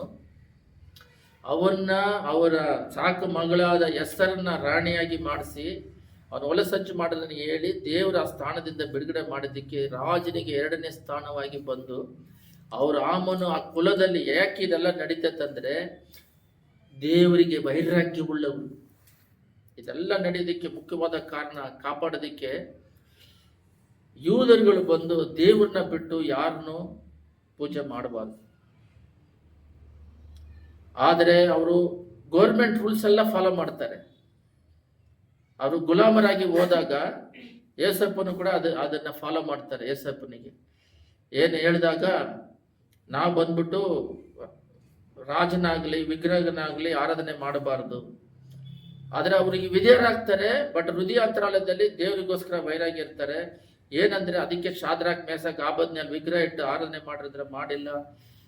ದಾವೀದನು ಕೂಡ ವಿಗ್ರಹ ಇಟ್ಟು ಆರಾಧನೆ ಮಾಡೋದಕ್ಕೆ ಸಿಂಹ ಗೋಳೆಗಳಲ್ಲಿ ಹಾಕೋದು, ಅದು ಮಾತ್ರವಲ್ಲ ಮೆರ್ದೊಯ್ದು ಇನ್ನೂ ಬೈಬಲಲ್ಲಿ ಇರೋದನ್ನ ಅವ್ರು ಏನು ಮಾಡ್ತಾರೆ ಅಂತ ಹೇಳಿದ್ರೆ, ಅವಾಗ ಯೋಸೆಫ್ನ ಒಂದು ಪ್ರಶ್ನೆ ಕೇಳ್ತಾರೆ. ಅವಾಗ ಅವರು ಇಲ್ಲ, ನಮ್ಮ ಮನುಷ್ಯರನ್ನ ಆ ಕಾಲಿಗೆ ಬೀಳೋದಾಗ್ಲಿ ಮಾಡೋದಾಗ್ಲಿ, ಇದು ಏನು ಕಾರಣ ಅಂದ್ರೆ ಎಲ್ಲರೂ ಆಮನಿಗೆ ಬಂದಾಗ ಅವನಿಗೆ ಇಲ್ಲಿ ತಲೆ ಬಗ್ಸಿ ಅವನ್ನ ಇದು ಮಾಡಬೇಕು. ಇವರು ಮನುಷ್ಯರನ್ನ ಮೆಚ್ಚಿಸುವ ರೀತಿಯಲ್ಲೆಲ್ಲ ದೇವರಿಗೆ ಮಾತ್ರ ಮಾಡೋದು, ಅದರಿಂದ ಬಂದಿರೋದು.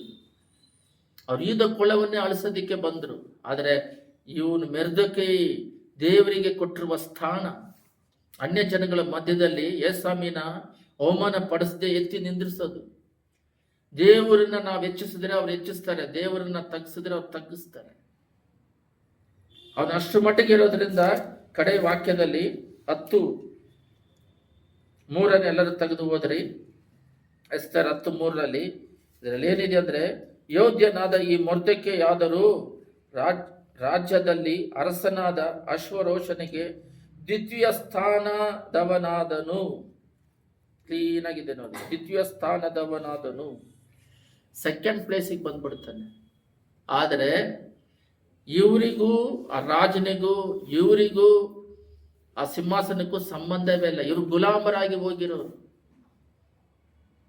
ನೆಬೂಕದ್ನೆಚ್ಚರರಿಂದ ಗುಲಾಮರಾಗಿ ಹೋದವರು. ಮೇದ್ಯ ಪರ್ಷ ಕಾಲದಲ್ಲಿ ನಡೀತದೆ. ಬಾಬಿಲೋನ್ ಪೀರಿಯಡ್ ಅಲ್ಲಿ ಆದ್ಮೇಲೆ ನೆಕ್ಸ್ಟ್ ಪರ್ಷಿಯ ಪೀರಿಯಡ್ ಅಲ್ಲಿ ಇದು ನಡೀತಾ ಇದೆ.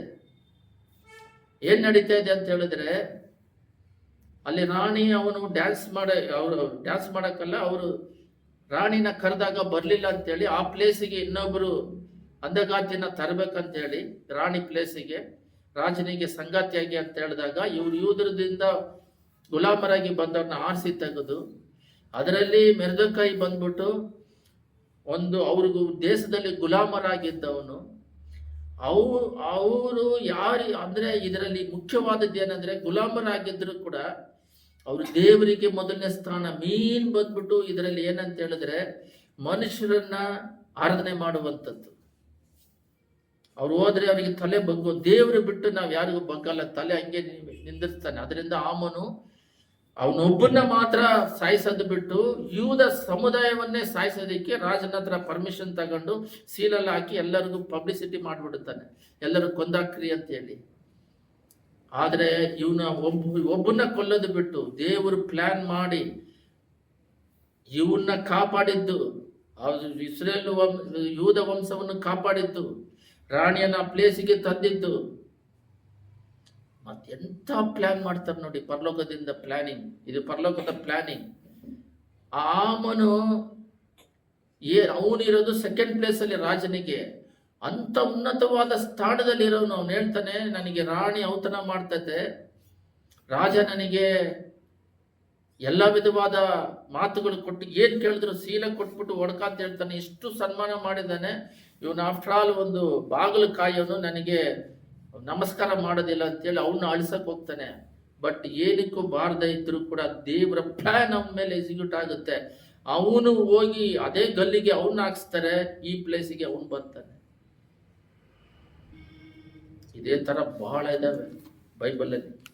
ತೆಗಿರಿ 1 ಸಾಮುವೇಲ್ 17:45 ಓದ್ರಿ. 45. ಆಗ ದಾವೀದನು ಅವನಿಗೆ, ನೀನು ಈಟಿ ಕತ್ತಿ ವಜ್ರದೊಡನೆ ನನ್ನ ಬಳಿಗೆ ಬರುತ್ತಿ, ನಾನಾದರೂ ನೀನು ಹೀಯಾಳಿಸಿದಂಥ ಸೇನಾಧೀಶ್ವರನ ಇಸ್ರೇಲಿನ ಮುಂದೆ ಭಟ್ಟರು ದೇವರು ಆಗಿರುವ ಯೆಹೋವನ ನಾಮದಲ್ಲಿ ನಿನ್ನೊಂದಿಗೆ ಬರುತ್ತೇನೆ. ಆತನು ಇವತ್ತು ನಿನ್ನನ್ನು ನನ್ನ ಕೈಗೆ ಒಪ್ಪಿಸಿಕೊಡುವನು. ಇದು ಗೋಲಿಯಾತಗೂ ದಾವೀದಿಗೂ ನಡೆಯುವ ಸಂದರ್ಭ. ಎಲ್ಲರಿಗೂ ಕತೆ ಗೊತ್ತಿರೋದ್ರಿಂದ ಸ್ಪಿರಿಚುವಲ್ ಮಾತ್ರ ತಗೊಳ್ಳೋಣ. ಇವನು ಕಡೆನವನು 8ನೇವನು. ಇವನು ಈಸಾಯ ಮಗ. ಇವನು ಸಾಮೇಲಿಗೆ ದೇವ್ರು ಹೇಳ್ತಾರೆ, ಈಸಾಯನ ಕುಟುಂಬದಲ್ಲಿ ಒಬ್ಬನ ರಾಜನಾಗಿ ಅಭಿಷೇಕ ಅಂದ್ರೆ ಎಲ್ಲರನ್ನು ಕರ್ಸಪ್ಪ, ನಾನು ಬರ್ತೀನಿ ರಾಜನಾಗಿ ಅಭಿಷೇಕ ಮಾಡ್ತೀನಿ ಅಂತ ಹೇಳಿದ್ರೆ 7 ಜನನ ಮಾತ್ರ ಕರೆಸ್ತಾನೆ. ಇವನ ಮರ್ತೇ ಬಿಟ್ಟಿದ್ದಾನೆ ಅವರಪ್ಪ. ಇವನಾಗಿ ಇವನ್ ರಾಜನಾಗಿರ್ಬೋದು ಅಂತ ಅಭಿಷೇಕ ಮಾಡಕ್ ಹೋದ್ರೆ ಸಾಮೇಲೆ ಇವನಲ್ಲ, ನೋಡಕ್ಕೆ ಅವನು ಮಿಲಿಟರಿಯಲ್ಲಿ ಇದ್ದಾನೆ, ಆರ್ಮಿಯಲ್ಲಿ, ಸೌಲನ ಜೊತೆಯಲ್ಲಿ ಅವನು ಒಂದು ಯುದ್ಧದಲ್ಲಿ ಇರ್ತಾರೆ. ಇವನಿಲ್ಲ ಅಂದ್ರೆ 7 ಜನನೇ ಇಲ್ಲ ಅಂತಾನೆ. ಇವನಾಗಿ ಬಾಯಿ ತೆಗೆದು ಕೇಳ್ತಾನೆ, ಇಷ್ಟೇ ಜನ ನಿನ್ನ ಮಕ್ಕಳು, ಬೇರೆ ಯಾರಾದ್ರೂ ಇದಾರ ಅಂತ. ಸಾಮೇಲ್ ಬಾಯಿ ತೆಗೆದು ಕೇಳೋವರೆಗೂ ಅವನ ಮಕ್ಕಳ ಬಗ್ಗೆ ಇವನು ಕೇಳ್ಬೇಕು. ಸಾಮೇಲ್ ಪ್ರಾಫಿಟ್, ಪ್ರವಾದಿ. ಯಾಕೆ ಅವ್ರ ಮಕ್ಕಳಿಗೆ ಅವ್ರಿಗೆ ಗೊತ್ತಿಲ್ಲ ಎಷ್ಟು ಜನ ಮಕ್ಕಳು ಅವನಿಗೆ ಅಂತ. ಎಲ್ಲ ಮಕ್ಕಳು ಅಂದ್ರೆ ಎಲ್ಲ ಮಕ್ಕಳು ತಾನೇ ನಿಂದಿರಿಸ್ಬೇಕು, ಕರಿಬೇಕು. ಎತ್ತು ಮಕ್ಕಳನ್ನೇ ಮರೆಯೋರು ತಂದೆ ತಾಯಿ, ದೇವರು ಮರೆಯೋದಿಲ್ಲ. ಅವಾಗ ಹೇಳ್ತಾನೆ, ಒಬ್ಬ ಇದ್ದಾನೆ ಕಾಡಲ್ಲಿ ದನ ಕಾಯ್ತಾ ಇದ್ದಾನೆ, ಮೇಕೆನ ಕಾಯ್ತಾ ಇದ್ದಾನೆ ಅಂತ. ಕಸ್ರಲ್ಲಿ ಅಂತ ಹೇಳ್ಬಿಟ್ಟು ಅವನು ನೋಡಿದ್ರೆ ಎಲ್ಲರಿಗಿನ್ನ ಕುಳ್ಳಕ್ಕಿದ್ದಾನೆ. ಅವನ ದೇವ್ರನ್ನ ದೂರದಲ್ಲಿ ಬರ್ತಿರ್ಬೇಕಾರೆ ಇವನೇ ನಾನು ಆರಿಸಿಕೊಂಡಿದ್ದಂತ ತಗೊಂಡು ಯಾಕೆ ಅವನ ಮೂಲಕ ಎಕ್ಸಿಕ್ಯೂಟ್ ಆಗ್ಬೇಕು. ದಾವೀದನ ವಂಶದಲ್ಲಿ ದೇವರು ಬರಬೇಕು, ದಾವೀದನ ಅವನು ಮಗನ ಮೂಲಕ ಒಂದು ಆಲಯ ಕಟ್ಟಬೇಕು, ದೇವ್ರು ಎಕ್ಸಿಕ್ಯೂಟ್ ಆಗ್ಬೇಕು. ಅವನ ಆರಿಸಿ ಈ ಗೋಲಿಯತನ ಹೊಡೆಯೋದಕ್ಕೆ ಇನ್ನೊಂದು ಪ್ಲಾನ್ ಇದೆ. ಅದನ್ನು ಆ ಪ್ಲಾನು ಇದೆ. ಏನ್ ಪ್ಲಾನ್ ಅಂದ್ರೆ, ಫಿಲಿಸ್ಟಿಯರ್ ಬಂದ್ಬಿಟ್ಟು ಇಸ್ರೇಲಿಗೆ ವಿರೋಧವಾಗಿ ಯುದ್ಧಕ್ಕೆ ಹೋಗ್ತಾರೆ. ಆದರೆ ನಿಮಗೆ ಮೊದಲೇ ಹೇಳ್ದಂಗೆ ಎಷ್ಟು ಸಲ ಯುದ್ಧಕ್ಕೆ ಹೋದ್ರು ಸೋಲ್ತಾರೆ. 2 ಸಲ ಹೋಗ್ತಾರೆ, ಸೋಲ್ತಾರೆ.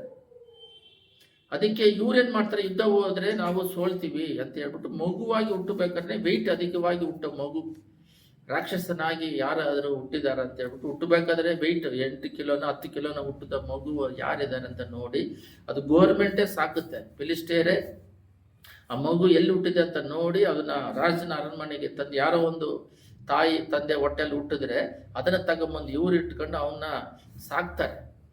ಗೋರ್ಮೆಂಟಿಂದ ಅವನಿಗೆ ಬೇಕಾಗಿರೋದು ಮಾಂಸ ಭುಜಿಸಿ ಕೊಟ್ಟು, ಅವನು ಇರೋ ಮನುಷ್ಯರಿಗಿನ ಎಲ್ಲ ವೈಭವಾದ ರಾಕ್ಷಸನ ಥರ ಹೈಟ್ ಇದ್ದಾನೆ. ಅವನು ಒಬ್ಬನ್ನ ಹೊಡಿಬೇಕಂದ್ರೆ 10 ಜನ ಹೋದ್ರೂ ಹೊಡಿಯೋಕ್ಕಾಗೋದಿಲ್ಲ. ಇಬ್ರು ಹೋಗಿ ಅವನ್ನ ಎತ್ತಕ್ಕಾಗೋದಿಲ್ಲ. ಅವನ್ನ ಬಂದ್ಬಿಟ್ಟು ಅವ್ನು 40 ದಿನ ನಿಂತ್ಕೊಂಡು ಒಬ್ಬನು ಬರಬೇಕು, ಕೃತಜ್ಞತೆ ಒಬ್ಬ ಬರಬೇಕು. ಫಿಲಿಸ್ಟಿಯರಿಂದ ಒಬ್ಬ, ಇಸ್ರೇಲಿಂದ ಒಬ್ಬ. ಈ ಗೋಲಿಯತನ್ನ ಒಬ್ಬ ಬಂದು ಸೋಲಿಸ್ಬಿಟ್ರೆ ಇವರೆಲ್ಲ ಯುದ್ಧನೇ ಬೇಕಾಗಿಲ್ಲ, ಗುಲಾಮರಾಗ್ತಾರೆ. ಇವ್ರೇನಾದ್ರೂ ಇಸ್ರೇಲ್ನವ್ರನ್ನ ಗೋಲಿಯಾತ ಗೆದ್ದು ಬಿಟ್ನಾದ್ರೆ ಒಬ್ಬ ಯಾರು ಬರ್ತಾರ ಅವನ್ನ, ಸೌಲ್ ಬಂದ್ರೆ ಒಬ್ಬನೇ ಬರ್ಬೇಕು ರಾಜ. ಇವ್ರು ಸೋತೋದ್ರೆ ಇವರೆಲ್ಲ ಗುಲಾಮರು. ಇದು ಯಾರಿಗೆ ಗೊತ್ತು? ಇದೇ ಟ್ವಿಸ್ಟ್, ಇದೇ ಪ್ಲಾನ್, ದ ಗಾಡ್ಸ್ ಪ್ಲಾನ್. ಇವ್ರು ಚಿಕ್ಕ ಮಗುವಿಂದ ಇವನ್ನ ಫಿಲಿಸ್ಟಿಯರು ಸಾಕ್ತಾ ಇದ್ರೆ ಈ ವಿಷಯ ದೇವರಿಗೆ ಗೊತ್ತಾಗಿ, ಇಲ್ಲಿ ದೇವರೇ ಮೇನ್ ಪ್ಲಾನ್. ದಾವೀದನ್ನ ಅಡವಿಯಲ್ಲಿ ಕಾಡಿನಲ್ಲಿ ಮೇಕೆ ಮಾರಿ ತಿನ್ನೋದಕ್ಕೆ ಸಿಂಹ ಕಳಿಸ್ತಾರೆ. ಕಳ್ಸಿದ್ರೆ ತಗೊಂಡು ಹೋಗ್ಲಿ ಅಂತ ಸುಮ್ಮನೆ ತಾನೇ ಇರಬೇಕು. ಅವನಿಗೆ ಬಲ ಕೊಟ್ಟು ಹೋಗಿ ಬಾಯಿ ಚೀಲ್ಸಿ ಸಾಯಿಸೋ ಅಂತ ಹೇಳಿ ಅದಕ್ಕೆ ಟ್ರೈನಿಂಗ್ ಕೊಡ್ತಾನೆ. ಅಲ್ಲಿ ಅವನು ಓಡಾಗಿ ಬಾಯಿಂದ ಕಾಪಾಡ್ತಾನೆ, ಒಂದ್ಸಲ ಕರಡಿಯಿಂದ ಕಾಪಾಡ್ತಾನೆ. ಅಲ್ಲಿ ಟ್ರೈನಿಂಗ್ ಕೊಡದೆ ಹೋಗಿದ್ರೆ ಇವನಿಗೆ ಗೋಲಿ ತೊಡೋದಕ್ಕೆ ಧೈರ್ಯ ಬರ್ತಿರ್ಲಿಲ್ಲ. ಇವನು ಈ ರೀತಿ ಟ್ರೈನಿಂಗ್ ಅಲ್ಲಿ ಕೊಡ್ತಾ ಇದ್ದಾರೆ. ಯಾಕೆ ಕೊಡ್ತಾ ಇದ್ದಾರೆ ಅಂದ್ರೆ, ಒಂದು ದಿನ ಇವರು ರೆಡಿ ಮಾಡಿದ್ದಾರೆ ಗೋಲಿಯಾತ್. ಈ ವಿಷಯ ಸೌಲನಿಗೆ ಗೊತ್ತಿಲ್ಲ, ಇಸ್ರೇಲ್ ಜನರಿಗೆ ಗೊತ್ತಿಲ್ಲ. ಈ ವಿಷಯ ಫಿಲಿಸ್ಟೀಯರಿಗೆ ಮಾತ್ರ ಗೊತ್ತು. ಈ ತರ ನಾವು ಕೃತಜ್ಞತೆ ಮಾಡ್ತಿರೋದು ಪರಲೋಕದಲ್ಲಿರುವ ದೇವರಿಗೆ ಗೊತ್ತು. ನಮ್ಮನ್ನು ಕೂಡ ಎಷ್ಟೋ ಸಲ ಆಕ್ಸಿಡೆಂಟ್ ಅಲ್ಲಿ ಸಾಯ್ಬೇಕಾಗಿತ್ತು, ಇವಾಗ ಬಂದಿರೋ ಕೊರೋನಾದಲ್ಲಿ ಸಾಯ್ಬೇಕಾಗಿತ್ತು. ಎಷ್ಟೋ ಈ ಸೈತಾನ ಕ್ರಿಯೆಗಳಿಂದ ನಮ್ಮನ್ನು ಮುಳುಗಿಸಿ ಹಾಳು ಮಾಡಕ್ಕೆ, ಆತ್ಮಹತ್ಯೆ ಮಾಡ್ಕೊಂಡು ಸಾಯೋದಿಕ್ಕೆ ಭಯಂಕರವಾದ ಕೃತಜ್ಞತೆ ಮಾಡಿರ್ತಾನೆ. ಶರೀರ ಸೋಂಬೇರಿತನ ಕೊಡ್ತಾನೆ, ನಿದ್ದೆ ಮಾಡಿದ ಹಾಗೆ, ನಿಮಗೆ ದೇವರಿಟ್ಟಿರೋ ಪ್ಲಾನ್ ನೆರವೇರಿದ ಹಾಗೆ ಸೈತಾನನಿಗೆ ಗುಲಾಮರಾಗಿ ಎಷ್ಟೋ ಜನ. ಒಬ್ರು ಸಾಕ್ಷಿ ಹೇಳಿದ್ರು, ಒಂದು ರವಿ ಅಂತ ಹೇಳ್ಬಿಟ್ಟು ಅವ್ರಿಗೊಂದು ತಮ್ಮ ಇದ್ದಂತೆ. ಅವನ ಸೇವೆಗಾಗಿ ಕರಿತಾನೇ ಇದ್ರಂತೆ. ಅವ್ರ ತಾಯಿ ಕೂಡ ಚಿಕ್ಕ ಮಗು ಇದ್ದಾಗಲೇ ಅವ್ನ ಸೇವೆಗೆ ಅಂತ ಒಪ್ಪಿಸಿಕೊಟ್ಟಿದ್ರಂತೆ. ಡೈರೆಕ್ಟ್ ಆಗಿ ದೇವರು ಸೇವೆ ಕರೀತಿದ್ದಾರೆ ಅಂದ್ರೆ ಹೋಗ್ತಾನೇ ಇಲ್ಲ ಅಂತ. ಲಾಸ್ಟ್ ಅಲ್ಲಿ ಸೇವೆಗೋಸ್ಕರ ಕರೆದ್ರು, ಇವನು ಹೋಗಿಲ್ಲ, ಅದಕ್ಕೆ ಸತ್ತೋಗ್ಬಿಟ್ಟ ಅಂತ ಹೇಳಿದ್ರು. ಇದೇ ಬೆಂಗಳೂರು ಪಟ್ಟಣದಲ್ಲಿ ಅವರೇ ಬಾಯಿ ತೆಗೆದು ಹೇಳಿದ್ರು. ಅವನ ಮೇಲೆ ಒಂದು ದೊಡ್ಡ ಪ್ಲಾನ್ ಇಟ್ಟಿದ್ದಾರೆ, ಅದನ್ನು ನೆರವೇರದಿದ್ದಾಗ ಸೈತಾನಿಗೆ ಒಪ್ಪಿಸಿಕೊಟ್ಟು ಬಿಡ್ತಾರೆ. ಗ್ರೇಸ್ ಅಂತ ಏನಂತ ಹೇಳ್ತೀನಿ ಕೇಳ್ರಿ. ಒಂದು ವ್ಯಕ್ತಿ ಹಳೆ ಒಡಂಬಡಿಕೆಯಲ್ಲಿ ಆಲ್ರೆಡಿ ಹೇಳಿದ್ರೆ ಪರವಾಗಿಲ್ಲ, ಹೇಳದೆ ಹೋದ್ರೆ ಮತ್ತೊಂದ್ಸಲ ಕೇಳ್ರಿ. ಹಳೆ ಒಡಂಬಡಿಕೆಯಲ್ಲಿ ಸೌಲು ಒಂದು ತಪ್ಪು ಮಾಡಿ ಅಮೆರಿಕನ್ನ ಸಂಪೂರ್ಣವಾಗಿ ನಾಶನ ಮಾಡಂತ ಹೇಳಿದ್ರೆ, ಇವನು ಹೋಗಿ ಪೂರ್ಣ ನಾಶನ ಮಾಡ್ಬೇಕು. ಸ್ವಲ್ಪ ಜನನ ಇಟ್ಟಿರ್ತಾನೆ, ಅವರಿಗೆ ಇರುವ ಒಂದು ಮೃಗಗಳೆಲ್ಲ ಬೇಕಂತ ಹೇಳ್ಬಿಟ್ಟು ದೇವರು ಸಾಮುವೇಲ್ ಬಂದು ಕೇಳಿದ್ರೂ ಅವರಿಗೆ ಆರ್ಗ್ಯುಮೆಂಟ್ ಮಾಡ್ತಾರೆ. ಈ ಆರ್ಗ್ಯುಮೆಂಟ್ ಮಾಡೋರ್ನ ದೇವರು ಯಾವತ್ತೂ ಉದ್ಧಾರ ಮಾಡಲ್ಲ, ಅವ್ರು ಹಾಳಾಗಿ ಹೋಗ್ತಾರೆ. ಸೌಲ್ ಸ್ವಭಾವ ಇರೋರು, ದಾವಿದ ಸ್ವಭಾವ ಇರೋರು ಕೇಳ್ತಾರೆ. ತಪ್ಪಾಯ್ತಂದ್ರೆ ಹೌದು ತಪ್ಪಾಯ್ತು, ನಾನು ಕ್ಷಮಾಪಣೆ ಕೇಳ್ತೀನಿ ಅಂತ. ಒಂದ್ಸಲ ನನಗೆ ದಾವಿದ ಇಡ್ಸಿದ್ದು ಬೈಬಲಲ್ಲಿ ಏನಂದ್ರೆ, ಇವನ್ ತಪ್ಪು ಮಾಡಿರ್ತಾನೆ, ಜನಗಳನ್ನ ಕೌಂಟಿಂಗ್ ಮಾಡೋದಕ್ಕೆ ದೇವದೂತರು ಬಂದು ಜನಗಳನ್ನ ಸಂಹರಿಸ್ತಿದ್ರೆ, ತಪ್ಪು ಮಾಡಿರೋದನ್ನ ನಾನು ಮೇಕೆ ತರ ಇರುವ ಜನಗಳನ್ನ ಯಾಕೆ ಕೊಲ್ತೆ, ನನ್ನನ್ನು ಕೊಲ್ಲು ಅಂತಾನೆ. ಅಂದ್ರೆ ಅವರ ಕುರಿಗಳ ಮೇಲೆ, ಅವರ ಮಕ್ಕಳ ಮೇಲೆ, ಅದಕ್ಕೆ ಅವನ ರಾಜನಾಗಿ ಮಾಡಿಟ್ಟಿರೋದು. ಅಷ್ಟು ಪ್ರೀತಿ ಅವನಿಗೆ ಜನಗಳ ಮೇಲೆ. ಅವ್ರನ್ನ ಯಾಕೆ ಕೊಳ್ತೀಯಾ, ನನ್ನನ್ನ ಕೊಲ್ಲು ಅಂತಾನೆ. ಯಾರು ಹೇಳಲ್ಲ ನಾನು ರಾಜ, ನಾನು ಬದುಕಬೇಕು, ಅವ್ರು ಹಾಳಾಗಿ ಹೋದ್ರೆ ಪರವಾಗಿಲ್ಲ ಅಂತಾರೆ. ಅವಾಗ ದೇವ್ರ ಹತ್ರ ಪ್ರೇಯರ್ ಮಾಡಿದಾಗ ಅವ್ರು ಸ್ಟಾಪ್ ಮಾಡ್ತಾರೆ ದೇವದೂತರು ಮನುಷ್ಯರನ್ನ ಕೊಲ್ಲೋದನ್ನ. ಅದು ಏನು ಇದ್ರಲ್ಲ ಅಂದ್ರೆ, ತನ್ನ ತಪ್ಪನ್ನ ಒಪ್ಕೊಳ್ತಾನೆ. ಈಗಿರೋ ಜನ್ರೇಷನ್ ಕಷ್ಟ, ಆರ್ಗ್ಯುಮೆಂಟ್ ಜಾಸ್ತಿ, ಕ್ವಶನ್ ಕೇಳೋದು ಜಾಸ್ತಿ, ವಿಧೇಯತೆ ಇಲ್ಲ. ಯಾರಾದ್ರೂ ಹೇಳಿದ್ರೆ ಅದು ಅಡ್ವೈಸ್ ಅಂತ ಲೋಕದಲ್ಲಿ ಹೇಳ್ತಾರೆ. ಇಲ್ಲಿ ಬಂದು ಬೈಬಲ್ ಅಂದ್ರೇನೆ, ದೇವ್ರಂದ್ರೇನೆ, ನೀವು ಭಾನುವಾರ ಬರೋದಂದ್ರೇನೆ ಕರೆಕ್ಷನ್. ನಿಮ್ಮನ್ನ ಲೋಕದಲ್ಲಿ 6 ದಿನ ಇರ್ತೀರ, ಆ ಸ್ವಭಾವ ನಿಮ್ಮಲ್ಲಿ ಅಂಟ್ಕೊಂಡಿರುತ್ತೆ. ನೀವು ಚರ್ಚಿಗೆ ಬಂದ್ರೆ ನಿಮ್ಮನ್ನ ಶುದ್ಧ ಮಾಡಿ ಪರಲೋಕ ರಾಜ್ಯಕ್ಕೆ ನಡೆಸೋದು. ಕರೆಕ್ಷನ್ನೇ ದೇವ್ರು. ದೇವ್ರ ತರ ನಾವು ಬದಲಾಗಬೇಕು, ನಾವು ಬದಲಾಗಿ ಬರುವಿಕೆಗೆ ಸಿದ್ಧರಾಗ್ಬೇಕು, ನಿಮ್ಮನ್ನ ಸಿದ್ಧ ಮಾಡ್ಬೇಕು. ಇರೋದೇ ಅದು ಕರೆಕ್ಷನ್ನೇ. ಅದೇ ಬೇಡ ಅಂತಿದ್ದಾರೆ, ಮತ್ತೇನಿಗೆ ದೇವ್ರು ನಂಬ್ಕೊಂಡ್ರೋ ಗೊತ್ತಿಲ್ಲ. ರಿಲಿಜಿಯಸ್ ಕ್ರಿಶ್ಚಿಯನ್ ಮಾತಾಡಿದ್ರೆ ಸಾಕು ಆಪೋಸಿಷನ್. ಈ ಸಾಮುವೇಲು ಹೋಗಿ ಕೇಳಿದ್ರೆ ಆರ್ಗ್ಯುಮೆಂಟ್ ಮಾಡ್ತಾನೆ, ಇಲ್ಲ ಇದು ಬಲಿ ಕೊಡೋದಕ್ಕಿನೇ ಇದನ್ನೆಲ್ಲ ಇಟ್ಟೆ ಅಂತ. ದೇವ್ರು ಹೇಳ್ದಂಗೆ ಕೇಳು. ಒಂದೇ ತಪ್ಪು ಮಾಡಿದಕ್ಕೆ ಅವನ್ನ ತೆಗೆದು ಬಿಡ್ತಾರೆ. ಆದ್ರೆ ಹೊಸ ಒಡಂಬಡಿಕೆಯಲ್ಲಿ 2 ತರ ಇದೆ. ನೀನು ಒಂದು ತಪ್ಪು ಮಾಡಿದ ತಕ್ಷಣ ಹೋಗೋದಿಲ್ಲ. ಆ ತಪ್ಪನ್ನ ಮನಸ್ಸಿನಲ್ಲಿ ಮನಸ್ಸಾಕ್ಷಿ ಚುಚ್ಚಲ್ಪಟ್ಟು ಮಾರು ಮನಸ್ಸು ಹೊಂದಿ ಕ್ಷಮಾಪಣೆ ಕೇಳಿ ಮತ್ತೆ ನೀನು ಹಿಂತಿರುಗಿ ದೇವರ ಕೃಪೆಯಲ್ಲೇ ಬೆಳಿಬೇಕಂತ. ಇದಕ್ಕೆ ಉದಾಹರಣೆ ಅಂದ್ರೆ, ಹಳೆ ಒಡಂಬಡಿಕೆಯಲ್ಲೇ ಒಂದು ಉದಾಹರಣೆ ಅಂದ್ರೆ ಸಿಂಸೋನ್ ತಪ್ಪು ಮಾಡ್ತಾನೆ, ಆವಾಗ ಸ್ಪಿರಿಟ್ ಹೋಗುತ್ತೆ. ಆವಾಗ ನೀವೆಲ್ಲರೂ ಬೈಬಲ್ ಓದಿದ್ರಿ, ಹೋಗುತ್ತೆ ಅನ್ನೋದು ಬೈಬಲಲ್ಲಿಲ್ಲ, ಬಂತು ಅಂತಿದೆ. ಮತ್ತೆ ಸೆಂಟ್ರಲ್ ಎಲ್ಲೂ ಹೋಯ್ತು, ಸಡನ್ ಆಗಿ ಬಂತು ಅಂತ ಇದೆ. ಮತ್ತೆ ಅವನು ಬಾಳ್ಬೇಕಾದ್ರೆ ಇದಿಲ್ಲ, ಆ ಸ್ಪಾಟ್ ಆಗಿ ಬರುತ್ತೆ. ಅದು ಹೋಗಿರೋದೇ ಅವನಿಗೆ ಗೊತ್ತಿಲ್ಲ.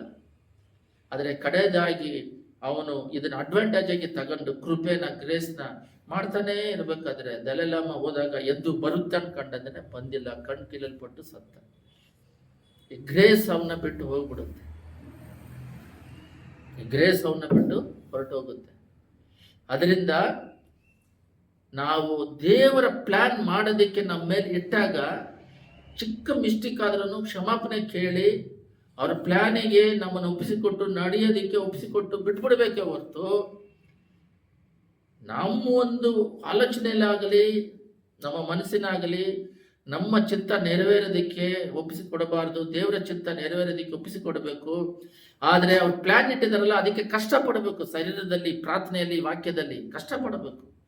ಶರೀರದಲ್ಲಿ ಏನೋ ಒಂದು ಪ್ಲಾನ್ ಇಟ್ಟಿರ್ತಾರೆ, ಒಂದು ದೊಡ್ಡ ಗುಂಪನ್ನು ದೇವ್ರ ಕಡೆ ರಾಜ್ಯದಲ್ಲಿ ಒಂದು ಗ್ರಾಮದಲ್ಲಿ ಇಟ್ಟಿದ್ದಾರೋ ಯೂತ್ ಮಾಡೋಕ್ಕೂ ಅಲ್ಲೆಲ್ಲ ಓಡಬೇಕು. ಮಳೆ ಬರುತ್ತೆ, ಕಷ್ಟ ಇರುತ್ತೆ, ಹೋರಾಟ ಇರ್ತದೆ, ಅಲ್ಲಿ ಹಿಂಸೆಗಳು ಬರುತ್ತೆ, ಸೈತಾನ ತಡೆ ಮಾಡ್ತಾನೆ. ಇದನ್ನೆಲ್ಲ ಜಯಿಸ್ಕೊಂಡು ಆ ಪ್ಲಾನ್ ಮಾಡೋದಕ್ಕೆ ಪ್ರಾರ್ಥನೆನೂ ಮಾಡಬೇಕು, ವಾಕ್ಯದಲ್ಲೂ ಬೆಳಿಬೇಕು, ಕ್ರಿಯೆಯಲ್ಲಿ ವಿಶ್ವಾಸ ಸತ್ತದ್ದು. ಒಬ್ಬರು ಪ್ರಾರ್ಥನೆ ಮಾಡ್ತಾರೆ, ಹೇಳ್ದಂಗೆ ಕೇಳೋದಿಲ್ಲ. ಒಬ್ಬರು ವಾಕ್ಯ ಓದ್ತಾರೆ, ಅವ್ರ ಸ್ವಾರ್ಥಕ್ಕಾಗಿ ನನಗಿದು ಮಾಡು ಅದು ಮಾಡಂತಿದ್ದಾರೆ. ಸ್ಪಿರಿಚುವಲ್ ಬೆಳವಣಿಗೆ ಇಲ್ಲ, ಆತ್ಮಿಕದಲ್ಲಿ ಬೆಳೆದಿಲ್ಲ. ಅವ್ರ ಮನಸ್ಸಿನಲ್ಲಿ ನಾನು ಕರೆಕ್ಟ್ ಅಂತಾರೆ. ಕರೆಕ್ಟ್ ಅನ್ಕೊಂಡ್ರೆ ಅವ್ರು ಪಾಪದಲ್ಲಿದ್ದಾರೆ ಅಂತ ಅರ್ಥ. ಯಾರು ಪರ್ಫೆಕ್ಟ್ ಇಲ್ಲ. ದೇವ್ರ ಥರ ಆಗೋದಿಕ್ಕೆ ಪ್ರಯತ್ನ ಪಡ್ತಿರ್ಬೇಕು. ಮನಸ್ಸಾಕ್ಷಿ ನೋಡಿದಾಗ ಓಹೋ ನಾವು ದೇವ್ರ ಥರ ಆಗೋದಕ್ಕಿಂತ ತಪ್ಪುಗಳು ಬಂದ್ರೂ ಕ್ಷಮಾಪಣೆ ಕೇಳಿ ಬೆಳೀತಾ ಇದ್ದೀವಿ ಅನ್ನೋ ಒಂದು ಸಾಕ್ಷಿ ಹೇಳ್ಬೇಕು. ಒಂದೇ ಸಲ ನಾನು ಕರೆಕ್ಟ್ ದೇವ್ರ ಪರಲೋಕರಿಗೆ ಕರ್ಕೊಂಡು ಹೋಗ್ತಾರೆ, ಅದೆಲ್ಲ ಗರ್ವ, ಅಹಂಕಾರ, ಹೆಮ್ಮೆ ಏನು ಬರ್ಕೊಟ್ಟಿದ್ದಾರೆ. ಇನ್ನೂ ಕಾಲ ಇದೆಯಲ್ಲ, ಯಾವ ಟೈಮಲ್ಲಿ ಯಾರು ಬೀಳ್ತಾರೋ ಗೊತ್ತಿಲ್ಲ.